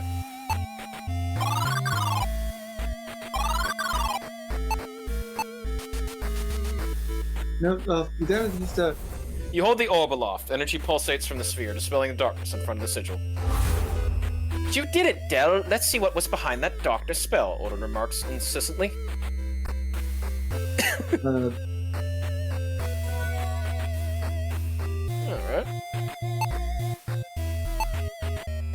You run as fast as you can, leap the stone. That was planned for us. Unfortunately, you don't quite reach it.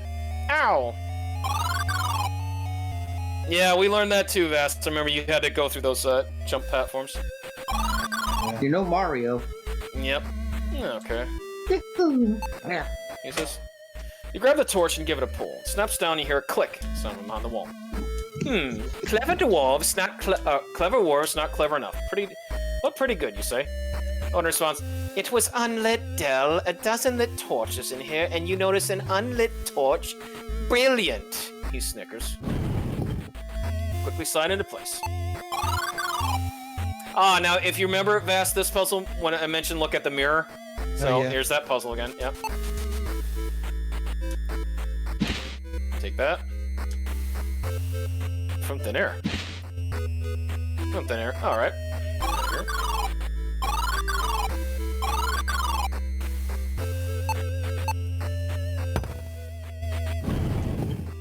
Yep, and then same way we did that puzzle. Ah, yeah. Nothing happened? Alright. Something tells you this empty slot may control the magic orb. Alright. You hear a scuttling noise from above as you watch a peculiar red thing hop from ceiling to wall into the floor. Oh, remember these, Vast? That is one silly-looking spider, Fendling. Odin squawks. Ugh, I hate spiders so much. You Is that reply. like... Is that like with the silly filter on it? Yeah. Odin responds tersely. Yes, well, remove it already. I've places to go. You know, You can't kill you, can it? you know, The I spiders. might go back to Mines of Mythrock, but I'm not gonna do it all in one sitting. No, please don't, no.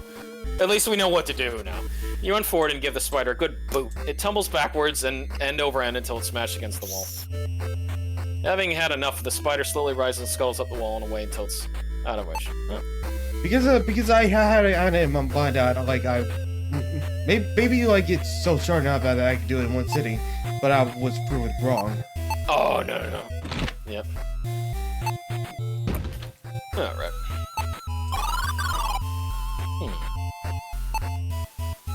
Clearly a mine cart and the mine rails attached in the structure in the distance. Yep. Oh, you back again. Get out of here. Get out of here!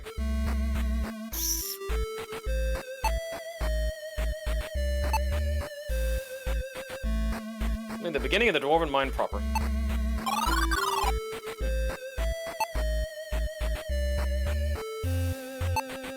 Let's see.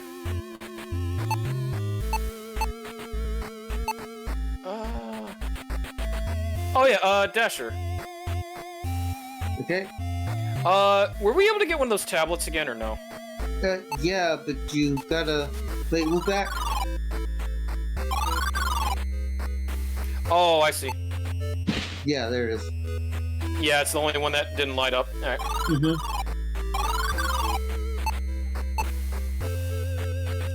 You insert the tablet into the slot. The orb comes to life and an image begins to form. The face of a dwarf appears on the magic orb. His concern is obvious. A voice comes from the orb. Alright, Dasher, your Oaken Shield. Where is King Thormor's legion? The defense is fit. Herdog and the shadows, Lincoln, do not forsake me. Signs of destruction grow with each step. What was released is no mere beast. No, it's nothing less than that dark wisdom. Saruman! Do you hear him? His voice is a lilting aria. Full that my will ever as I will ready to view last trenches. I have done all I can. He calls me, Herdog, but I will not answer. No, he shall not have my soul. I will deny him this with my The final words spoken, the orb powers down. You hear the sounds of grinding steel, distinctive of a mine cart slowly to a halt. Odin chimes in. Dark times indeed, but what matters to us is that a minecart should be ready for us. Let us go, Fendling. There is nothing that could have saved these dwarves. Ah, you still got your bias towards dwarves, Odin. Yeah, sure do. Okay, here you go, Vess, and the minecart. Alright, well, let's use that skull. Oh, what's Odin trying to say? What is Odin trying to say? You place the candle flame in the furnace. You hear a loud whoosh as the furnace ignites and rumbles to life. You pull the lever. The cart springs to life, sending you toppling onto your rear. Brace yourself, Dell! Odin crackles from his perch on the rear of the minecart. Oh gosh, yes! Your No travels faster, deeper into the quiet darkness of the mines of Mythrock. So, you see, Del, that's how I came to be in the cage. Terribly embarrassing, really. You told me, Odin, that's telling one too many people already, you reply. Time passes. It's a giant mouth bird. Why does a giant mouth have wings? And it spits fire? Stop shouting at me, Fenley. I was expecting a sorcerer. You figure it out. Odin squawks in your ear. More time passes. I was keeping the bauble safe, really. I was keeping the bauble safe, really. Have you ever been to Gwenethel, Odin? I didn't think so. Well, who am I to call you a thief, Del? No one. That's who. That said, you sound like a thief. God damn you, Odin. Eventually, the cart slowly approaches the empty. All right. Oh, we made it, Bess. no spiders. Well, that was enough excitement for one day. Quick, Del, let's be off this cart. I'm uncomfortably motion sick, Odin says slowly.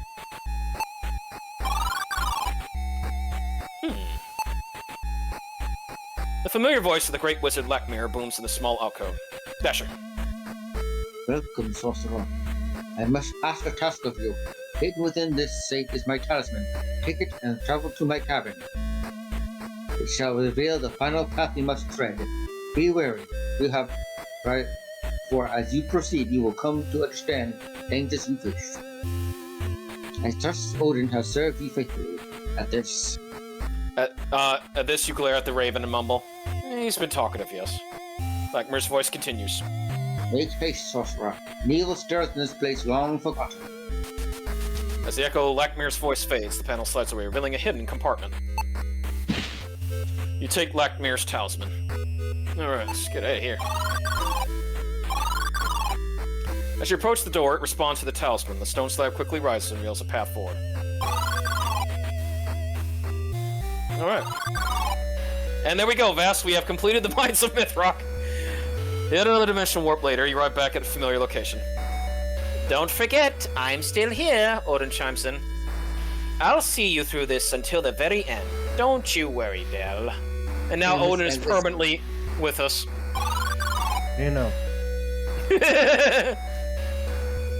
There's Lakmir's being such nice way. There's no such room for looks.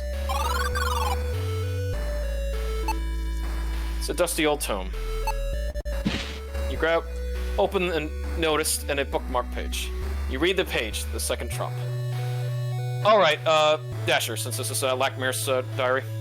In my folly, I convinced my brethren to let Talmir live.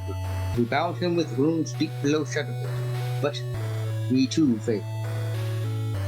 Talmir escaped, murdering the rest of my circle. Save me! This forced my hand to call the seed of prophecy to Shadowgate. My gamble was successful, and Talmir was pulled into hell. But in night's long hours, I fear this was yet another trap. For as Jerry Van's Sprinkles came, Talmir first beheld that which he had long sought, the staff of ages. Place it back where you found it. Alright. He shall not pass! You grab the book and notice a bookmark page. You scan the page and begin to read the first assault. The Circle of 12 convened the trial for the outcast, Talmir the Black, now known as the Warlock Lord. He was charged with accessing forbidden tomes and delving into black arts, including necromancy and magic. But Talmir was clever, and the trial was a mere trap to draw the circle together. Once gathered, the trap was sprung. Many of our brethren fell on that night. Still gives me nightmares. See, I know, yeah, they shouldn't have trusted Saruman. No, they should. It's a dusty old tome. Yeah. You grab the book and notice a bookmark page. Oh, the Revenant War. Talmir's war raged against all the kings of Kalduran, and cities fell to the sword that he tore across the lands. Oh no. Troll, changeling, goblin, and ogre led the attacks while Talmir resurrected his foes in armies of shambling forces. Recognizing their end was near, the remaining kings forced the Circle of 12 united and met Talmir's army of Mudslay. Whatever that word is. Maudslay. Maudslay. On the holy grounds, by more luck than might, Talmir was humbled and captured. His monsters scattered and or killed him. Place the tone back for. Wow, so they really were kind of playing this out like it was Tolkien. LGR. Yes. Yeah. Yeah, you noticed that the way it was his armies. Mm-hmm. Left of this, really. Yeah. The only thing he did have was Nazgul. Yep. Thinking that this dust is as good as a treasure chest, you grab the ring. Alright, and then we will use that talisman in there. It's talisman in the slot, and it fits perfectly. But nothing happens. Something isn't right. This is not a magic ring. Ah. That's what we need to do, take care of. Alright. You are exactly right, Dasher.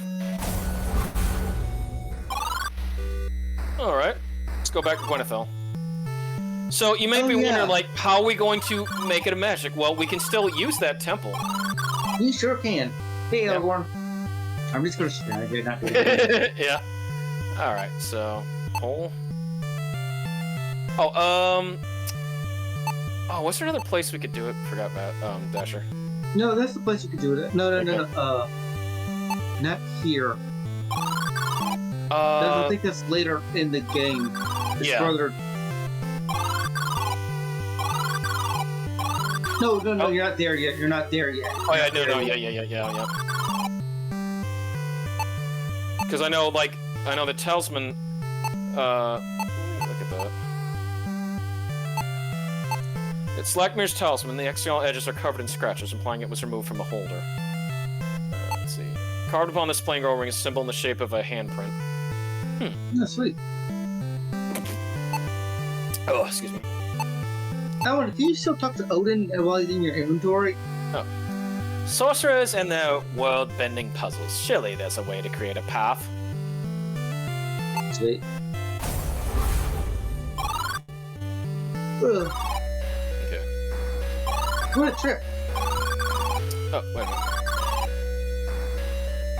No, you were right. Oh, wait. Alright.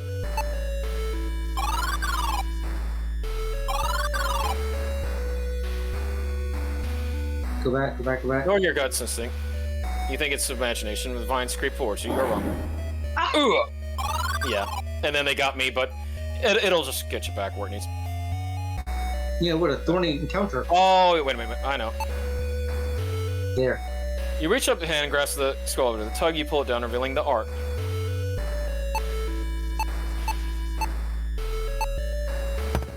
This is the perfect time to Fits Looney Tune perfectly. yourself.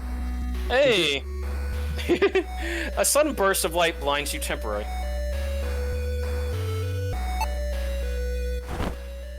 Don't pull the touch. With a quick click, it rolls, revealing a doorway. Oh, look at that, Vess. Oh. As you push through the brambles and onto the passage, you emerge to find yourself face to face with a terrifying creature. You are paralyzed with fear as the creature gazes upon you. You can tell it's thinking it as it looks you over. You speak to the eldritch creature, and eyes focus on you. It seems to stare through you. Welcome, Savior, it says in a raspy voice. Savior? Oh, Savior? Odin replies. You speak. I'm Del, but the creature interrupts. As it speaks, its gaze lingers on your form for a moment, but settles past you.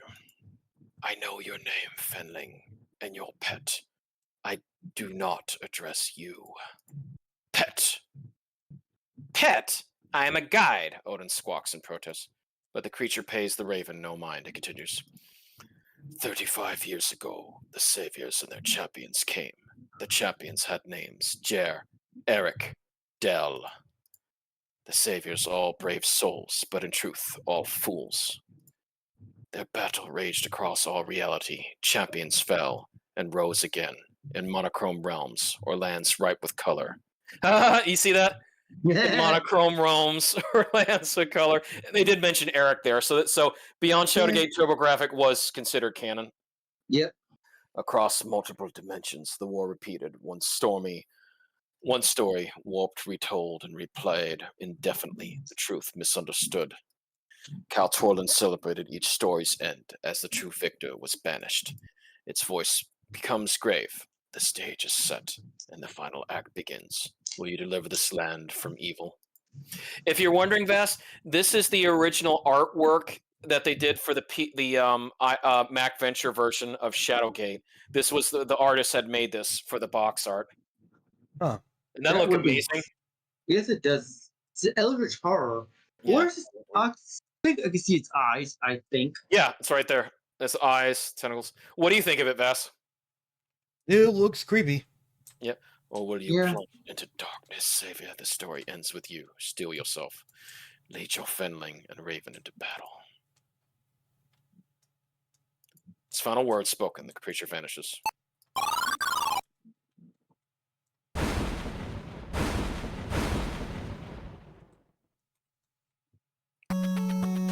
Emerging from the brambles and thorns, you survey the imposing entrance to the legendary castle, Shadowgate.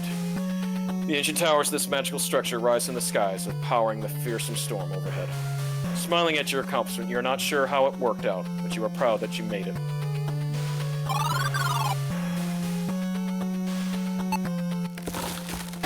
The door creaks loudly and falls off its hinges. The musty, stale air that pours from the hall causes you to gag and cough. Oh. You gently pluck the mushroom from the soil, trying not to disturb it enough to release the spores. Achoo! Clearly, you were not gentle enough. Oh, allergic mushroom. A sense of dread overwhelms you as you have not the feeling of malevolent powers watching you. Aw, nothing in there.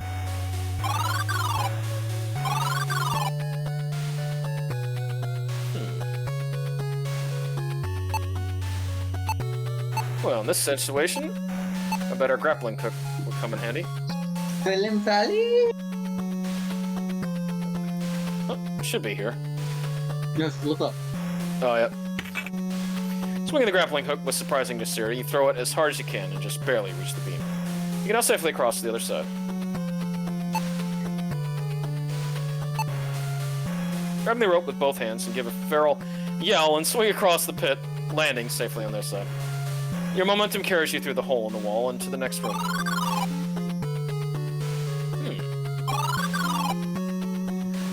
Cool air greets your face when you enter the stone chamber. Slithering noise causes you to halt and hold your breath. Whoa! The source of the sound makes itself known. A frightening basilisk slides into view. If you catch its gaze, the mythical creature can turn you to stone in an instant. Whoa! Ah, but it made the mistake of trying to do the same thing that Medusa did to Perseus. Mm-hmm. Before your feet is sealed, you shield your face. Fate is sealed. You shield your face with the tray and run towards the monster, reflecting its gaze. Intense heat soars your fingers, making you drop the tray. However, your plan worked, and the basilisk petrified itself. I bet this will be my pickaxe comes in. And quickly, you swing the pickaxe behind you and drive it forward in the center of the petrified monstrosity. Fractures radiate outward from the axe, and chunks of stone crumble to the floor. It worked. Only a bright red horn remains. Yeah, they grab the basilisk horn. Oh, there's a button. Well, I still have that pole. I bet I could reach it with that. Oh, really? Let's see. Circular button protrudes from the wall, beyond your reach. You won't be able to press it by hand. Ah, I know. Well, if I can't use a pole, then I can use a bowl. In the bowl Let's towards use it and let it those, fly. It's a direct hit. Yes, definitely.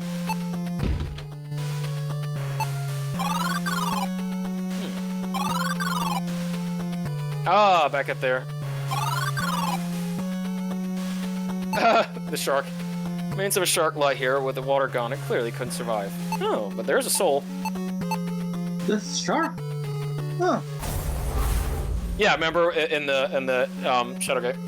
You guys momentarily lose their focus and your senses fail. A dark figure with eyes like burning coals stands tall above you. Why, my brother? You ask as chains circle your neck. A deep voice with a gentle lit responds. Dasher, you be your best Saruman. The suck-dumb thing. There's much to do. Now close your eyes, dear brother. You gasp at the chains clamped down tightly, pressing your body forcefully against the cold, hard rock. Shaking your head, you try to forget the horrifying vision. Damn! Killed his own brother. Oh, what's this? I wish to know better. You open the parchment and see it's another piece of the map. There's a note scribbled on the back of the paper. The dark energies of the castle have allowed the lake algae to take to land.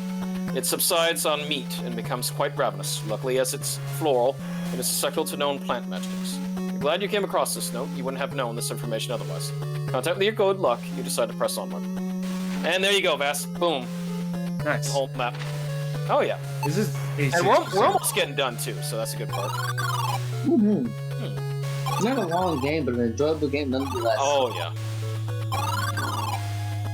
Oh yep. This is where the orb room was.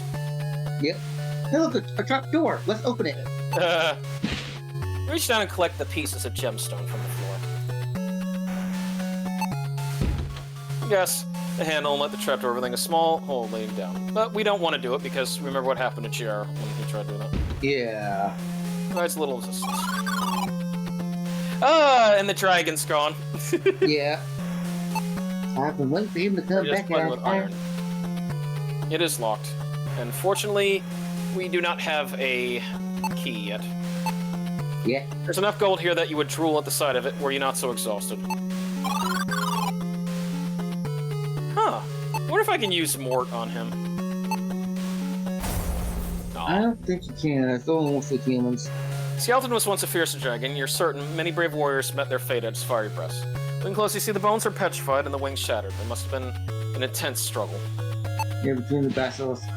Even though the dragon is long dead, you still slowly and carefully snatch the key from Chainrow 6. You never know.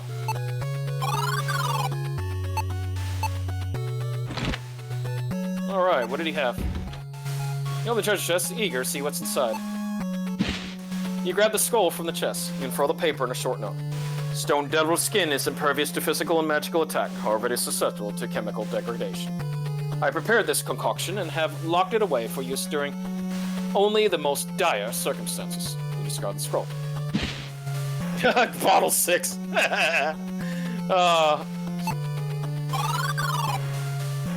What does it have anything to do with DL6? Yeah, no. I know. Hey!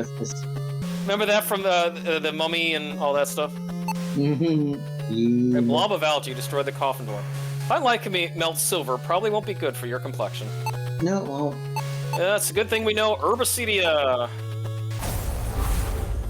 You speak the magic word. The green glob before you shudders and quakes for a moment, and rapidly dissolves. The slimy menace gone, you're free to pass through the corridor.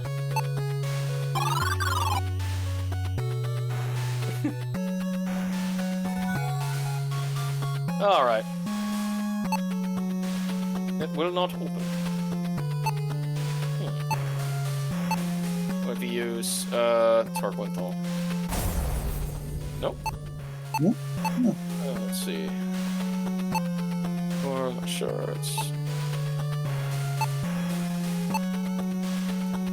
Does that work? Alright, look. Surface of the mirror has an unusual shimmer. It's quite hypnotic. The mirror has been shattered. Let's see. Oh yeah, I need to go back a bit.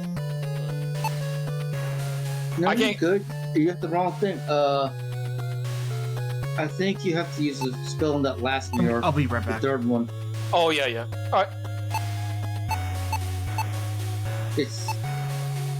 Yeah, that. You say the magic words, Tarquinthal. Mirror fades from existence and a path is revealed. You stare down what was once the meeting place of a council. Scars of battle are etched throughout the chamber.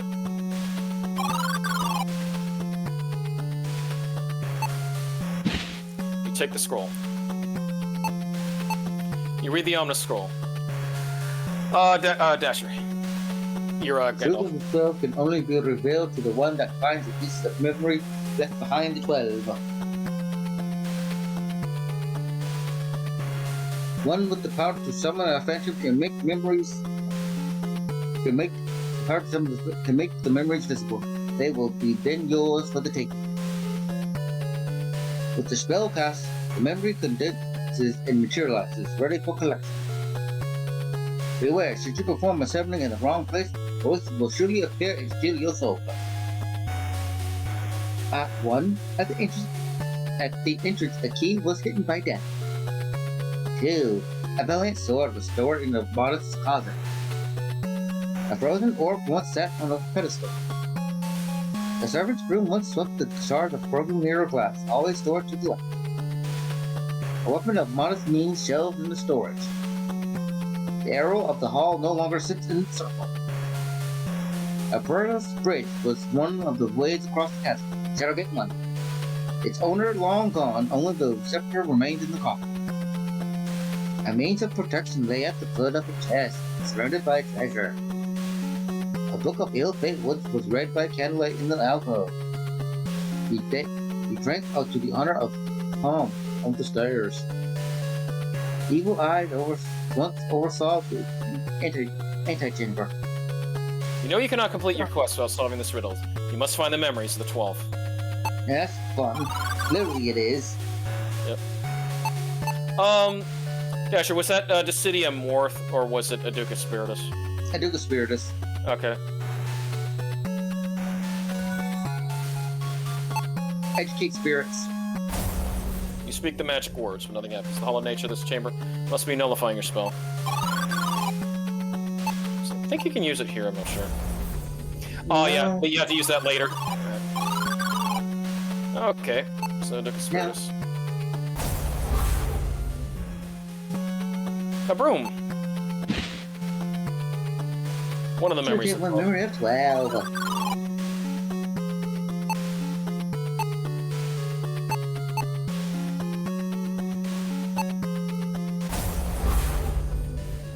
I wonder where Sturpio went. Oh, you had to go to bed. Remember, you had to work. Oh yeah. That's fine. Work is it? Yeah, that's fine.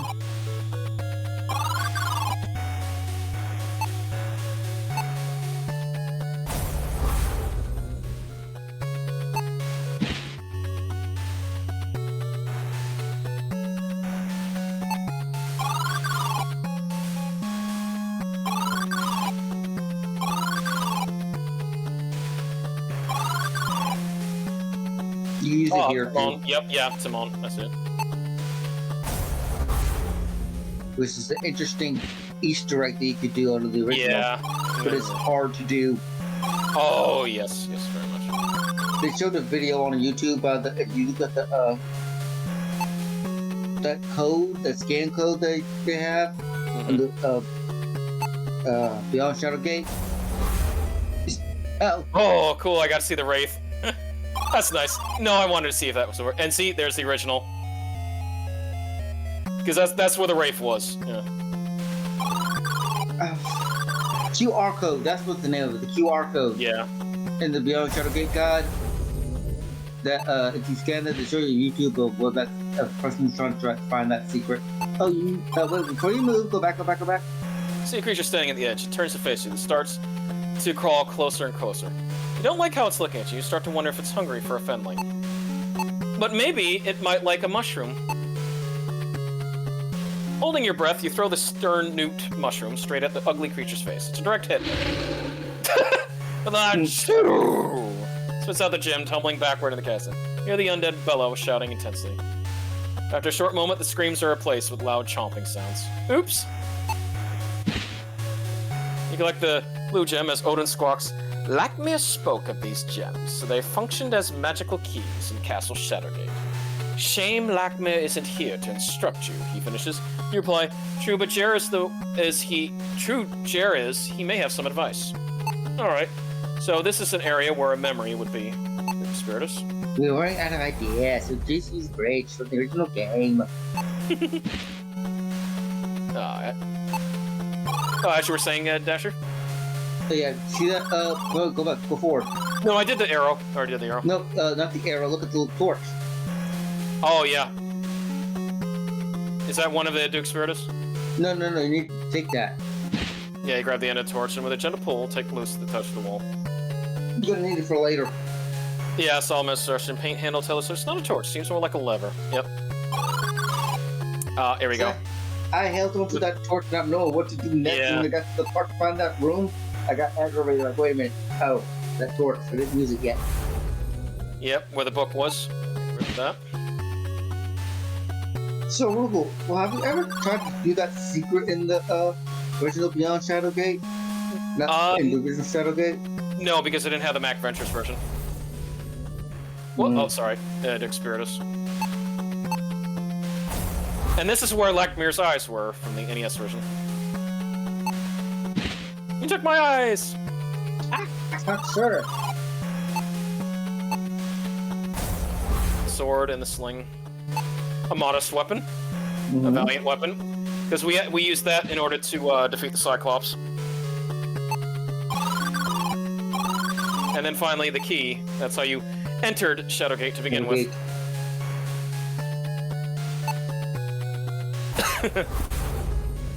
Alright. It's so awesome that they named the castle Shadowgate. I mean, Yeah, oh yes. Sounds ominous and weird and creepy. Just cool. Alright, one more is needed. Okay, took care of this. Took care of that. Got that one. Let's see. No, Got not that one.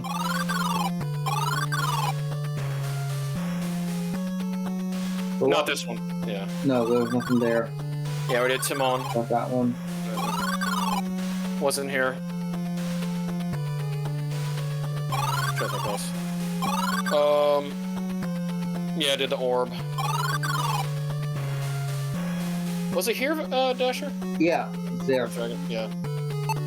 Oh yeah, the shield. Yeah, yeah. I was gonna say it's probably the shield because that's what you needed to take. If you did not take that, well, no, if you did not take that immediately, you were burned to death. Yep. Because the dragon was down there bleeding with flame. Having gathered the fragments of the memories of the 12, you enter the chamber and pause mid-step. Your mind is flooded with visions of an event long ago. Okay, Dasher, get ready. A booming voice speaks. Cosmere, for your crimes of delving into the dark arts, we condemn you to imprisonment. You hear a soft chuckle and a deep voice responds. It is good to see all of you. Gathered here like the fools you are. Oh no, Saruman! Suddenly the sounds of chains snapping and hiss of lightning echo through the chamber as the prisoner rises to his feet. The figure in the center channels immense energies and summons unfathomably powerful magics. You see bodies ripped apart and flesh destroyed before the might of Talamar. You rub your eyes as the vision passes through your mind. The immense display of power you witness leaves you shaken. Odin speaks slowly. This is why Lakmir fears the return of Talamar. The world cannot endure the might of such an evil. We approach the Endel. Tread carefully. This is what happened if Saruman were to find the One Ring. Yep. You tumble out of the portal into the cool night air. The moon hangs high overhead in the calm night sky. While fear clutches every fiber of your heart and your stomach is in shambles, there's no going back. There's absolutely no stopping what you've started. Pale moonlight fills the courtyard where a battle between a hero and a monster took place. Decades of night left this well a crumbling mess. You relieve the long-dead Cyclops of its weapon. You hope to make better use of it than he did. And then, see, here's that stone that did him in. Yeah, death to the face. Standing by a rock. Oh no, remember, yeah, David and Goliath. Oh, look at this. A chunk of wall has been fallen, revealing a mechanism built with connected gears. Continues forward and torch holder. You push the fake torch into the holder and it fits perfectly. Nothing seems to happen. You reach in and nudge the torch. Flips towards unlike a switch lever. Across the hall, stone slides in and reveal a narrow hallway.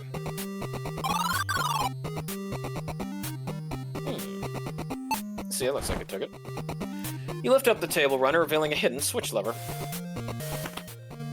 You reach on the table and flip the switch. Now, this room was one that was not in the NES version. This is where the Goblin Meeting Hall was. The guard room. The sound of shifting stone means discover yet another hidden room. Swords! Oh! Look at this.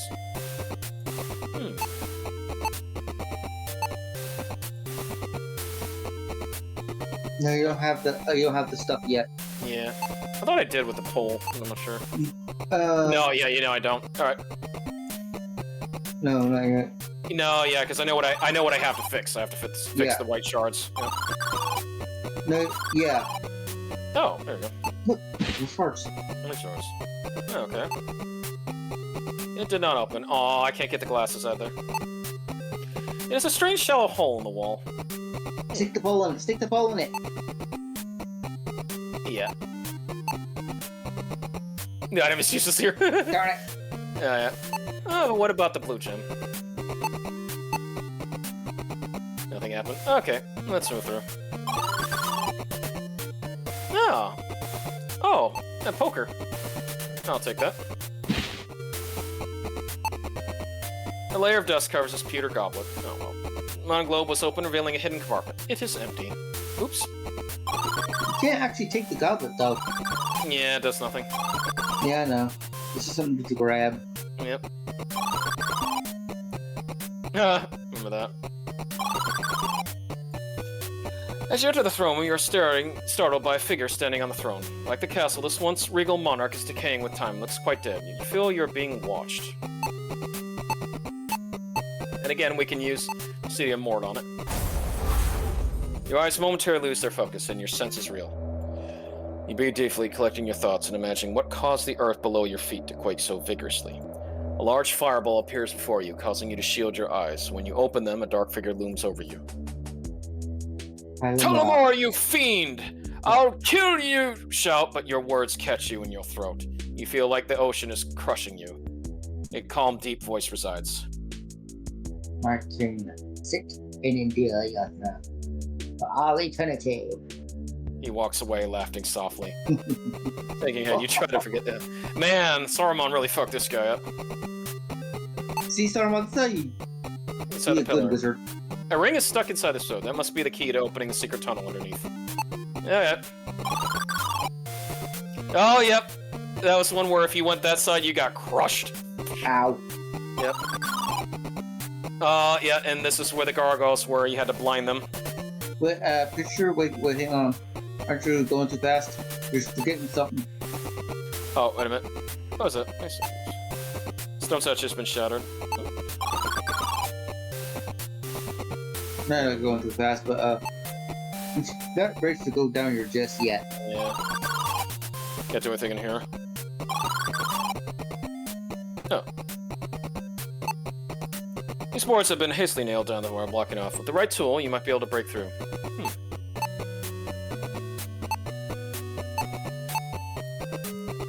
Oh, no, I can't use a scythe.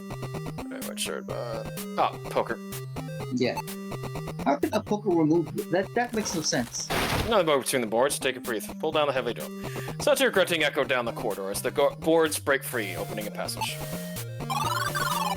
A lone person stands across the balcony. You recognize him as Lord Jer.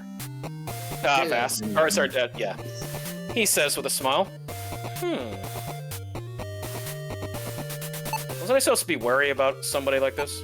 Yeah, talk to him. You stare at the Lord Jer, thinking of which question you wish to ask for. Before you can speak, he says, Come closer, Finley. Tell me of your journey. You would, but something about him bothers you.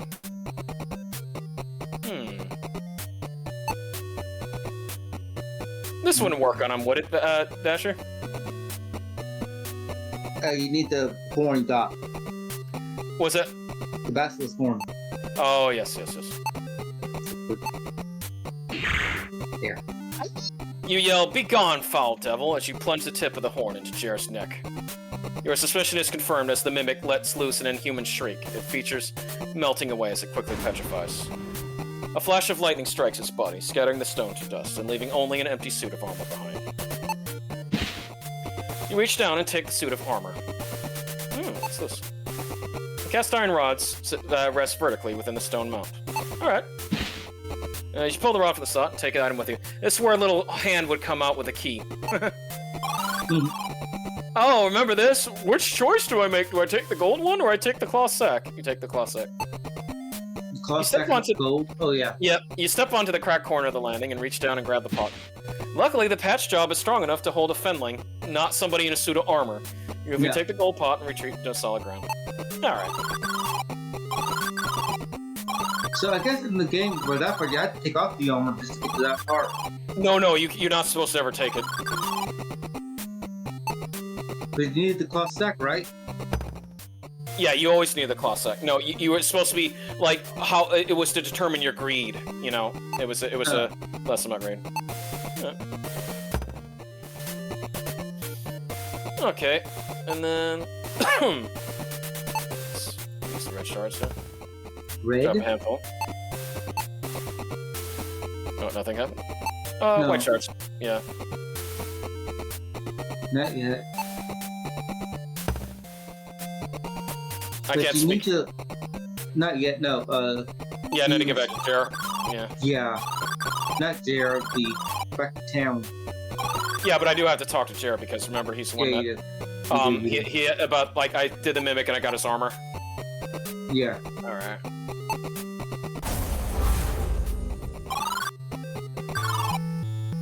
What a trip. Almost done, Vass. Don't you worry. I know. I wonder why didn't the I guess the family didn't really care much about the wisdom attack programs himself. You show the Good. armor to Lord Jer. He smiles warmly and replies, This is the armor I wore to Shadowgate. I thought it lost. Do not cease to amaze. Please take it to my chamber in the castle tower. he says, handing you a key. All right, thank you. Because remember that door up in the tower, Vass? We could never get into it because that was Jer's room. Yep.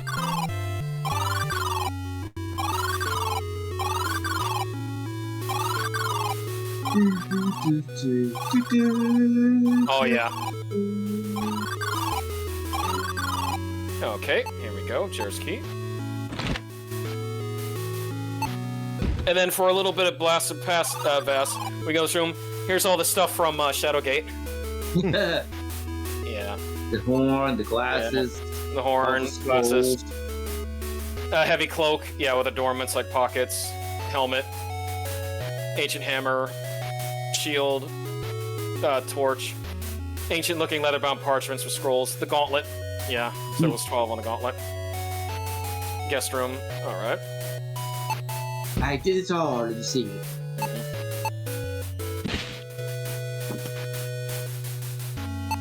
The ultimate homage to Shadowgate. Yep. After placing the armor belongs, she closed the glass panel and stepped back to look at the beautiful display.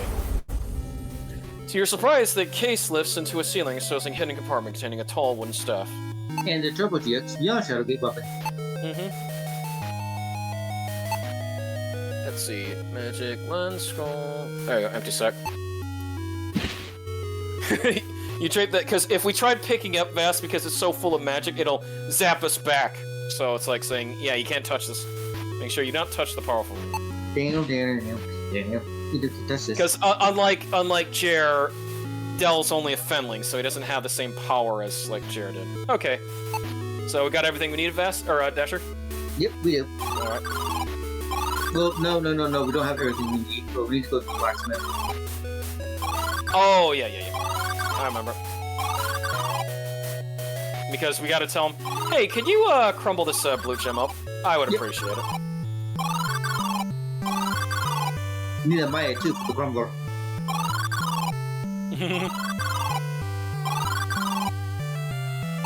I think it's weird, but because we already have those shards, yeah, they're not. Can you crush this? Yes, handing the blue gem to the Black Nose. He ponders their question for a moment, says, I think I have just the thing.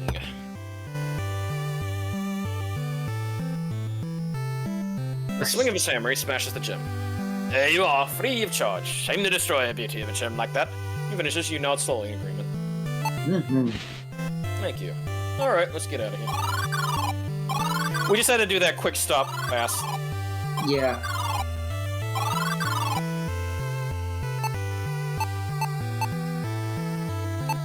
I am so glad that, just like King's Quest VI, this game has fast travel. Oh, yes. Dell feels a strange pulling sensation. And I don't like to repeat it.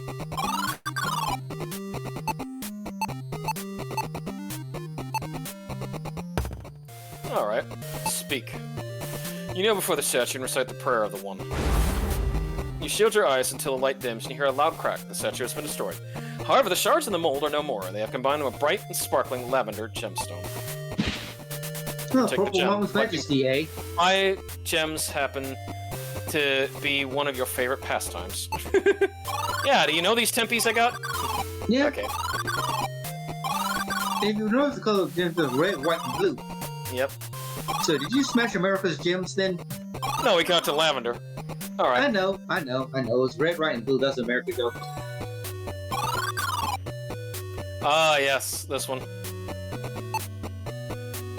escape gear mechanism attached to the side of this ancient well. I really need to play Shadowgate. Yeah, I do with you. you move the metal lever and the mechanism wait impatiently for a response. Nothing happens. No. Door's locked and you don't see a... What's that? You don't see a keyhole. Yeah. Let's see. Well, use that gold ring here. Nope. Nothing. Many years of dirt and rust have come. It looks like it could topple over from a good push. Okay, I'll just hit it. Ah. Plant your back foot solidly in the dirt and lean forward. Grunting loudly, you kick your heel of the door into the door. To your complete surprise, your leg pierces the wood and you smash through the door, tearing several planks down. Yeah. Look at that, Vass. Now this is from this is the NES cover of Shadowgate. Metallic thunk sounds on the floor, shakes as iron bars slam down, sealing you within a monstrous statue. Though you never met one in person, you instantly recognize the ugly visage of a rusting gargoyle. The beast begins to shudder and large cracks creep along the stone. Thinking quickly, it's coming to life. Alright. Can we use the pole? Nope. Oh, no, but we can use this bottle 6. You throw the liquid at the awakening gargoyle. The fluid ignites and burns as it covers the horrible beast. The creature screams in agony as its body bubbles and swells. The gargoyle looks like it's going to explode. Disgusting, you matter, while poking pieces of stone and meat out of your hair. At least the explosion saved you the trouble of opening the barred gate.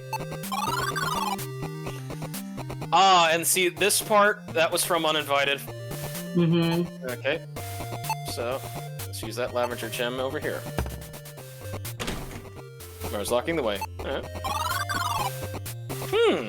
I should take that. You reach towards the stone and see the outline of the bones in your hand, and you grasp it. This must be truly a powerful relic.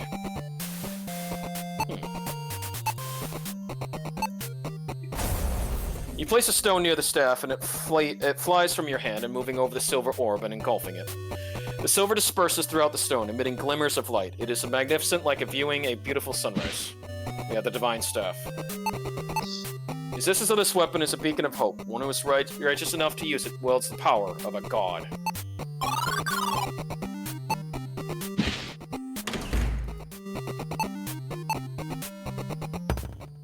If we don't do that, if you're wondering, it would a laser beam would come out and shoot us. Alright. Therefore, I'm death. Stones are supported by mere branches and nothing more. Cold air flows the steps, making you shiver.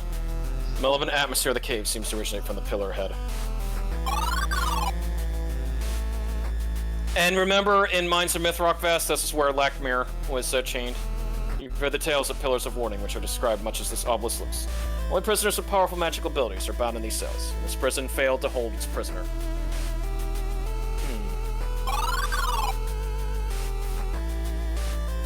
Okay. Ah! That gold ring. Place the ring in the slot in the stone.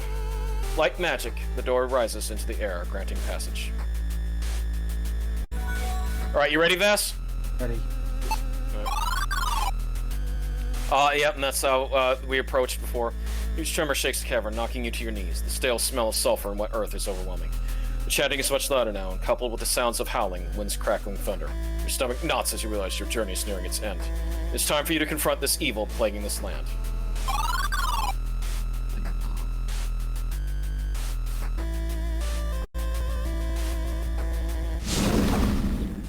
You climb the stone stairs and witness the horrifying scene within the cavern. Hellfire crawls across every surface, and flames leap through the air. A lone figure hovers before a magic portal. Lord Talamir, follow the voice of your servant. Return from purgatory and retake this world as your own, Balthazar says. Your staff is ready, master. Come forth. His request made, Balthazar returns his focus to complete the spell. Well, we need to take that. We need to use that divine staff. Place the divine staff at the spot where it once stood the source. The divine staff radiates a magical energy that gets the sorcerer's attention. What trickery is this? Balthazar's gaze remains fixated on the staff. There cannot be a power that rivals even my master's, and yet this is beyond even he. A bolt of brilliant light shoots from the divine staff and onto the demonic being. No, my master's destiny! Balthazar is obliterated by the Divine Stiff, leaving only the portal that acts as Telemar's doorway into this world. The Visage of the Warlock Lord appears in the portal. His return to Kal Torn is imminent.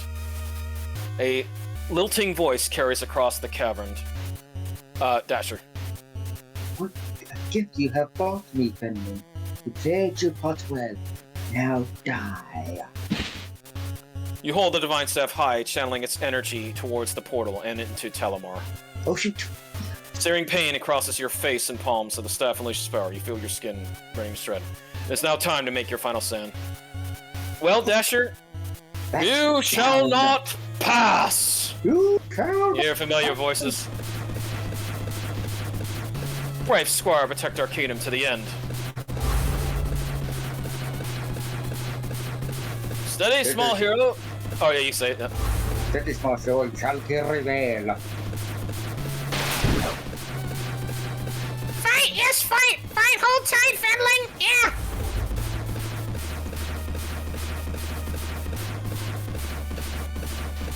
So what if he's bigger than you? Keep punching him. That was Ace Harding, yeah.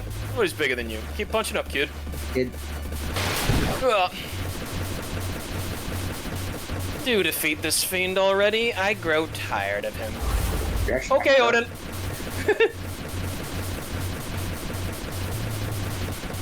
You're Bastard. stronger than that, Bentley. Finish that bow and once and for all.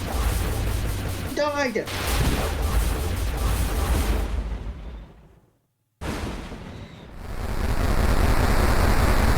That picture ever changed? You shall not pass! And there's Frodo with Gandalf's staff, defeated Saruman. Ultimately, you proved yourself a worthy welder of the Divine Staff. Balthazar. With its power, you have destroyed Balthazar and have undone his evil machinations. Battle has taken its toll on the ancient castle. The foundation shudders and begins to collapse.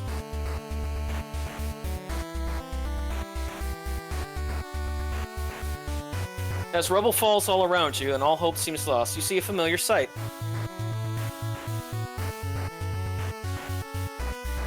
The loyal dragon has found you. You mount up and ride it into this night sky.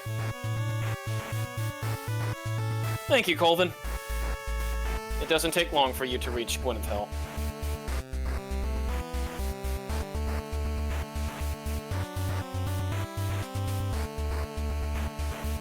You are received as a hero. King Aeron proclaims you as protector of Kal Torlin.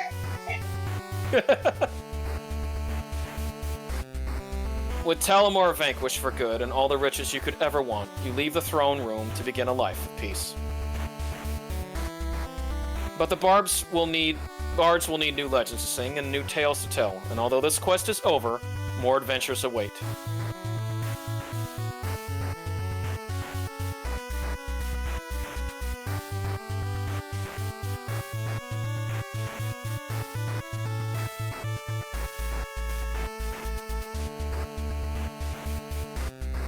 You got the end. I got the ending. The ending? Oh, well, yep. There's Well, four see, different endings. There's 4 different endings, Vass, if you're wondering, depending on what I you got them do. all. Yep. Area Well, completion, total hints used. Was 3. the ending like the true ending? Yes. Yes. Yes, the B ending is a true ending. It's the best ending. Yeah, there's a really bad ending. There is one that's a solemn, sad ending, but you still prevail. And then Yeah. there's one that's kind of like, kind of like you used wits. Yeah. All right, Vass, that is Beyond Shadowgate. What'd you think? It's interesting. Thank you. Actually, Persona V fans, this is perfect for anyone who's a fan of The Shadowgate. game's amazing. I love it. Oh, thank you so much. And seriously, honey, thank you for letting me, for back-to-back 2 years now, allow me to show off the Shadowgate series. So, you know, it's a good spooky game for Halloween. They added a lot of creepy elements to it, especially the uninvited part. Yeah. And the mansion. Oh, that mansion. Yeah. But Alright. now that I've got that done, honey, would you like to show off that ultimate doom that you were talking about? Oh, yeah. Just give me one moment, really quick. Woohoo! I'm energized. I'm ready to go. Okay. Yeah, just give me a moment while I move Yeah. all of us. Yeah. Oh, thank you. Okay, so I gotta make sure to like change the logo real quick. Yeah. And I made sure that my audio was on all the time, Vass. So, like, you know, just for brevity's sake, hey, I'm in Doom. I was able to hear everything. So. Okay. Rugal, you done all the 4 endings already, or? Yes, I have. Okay. Nice.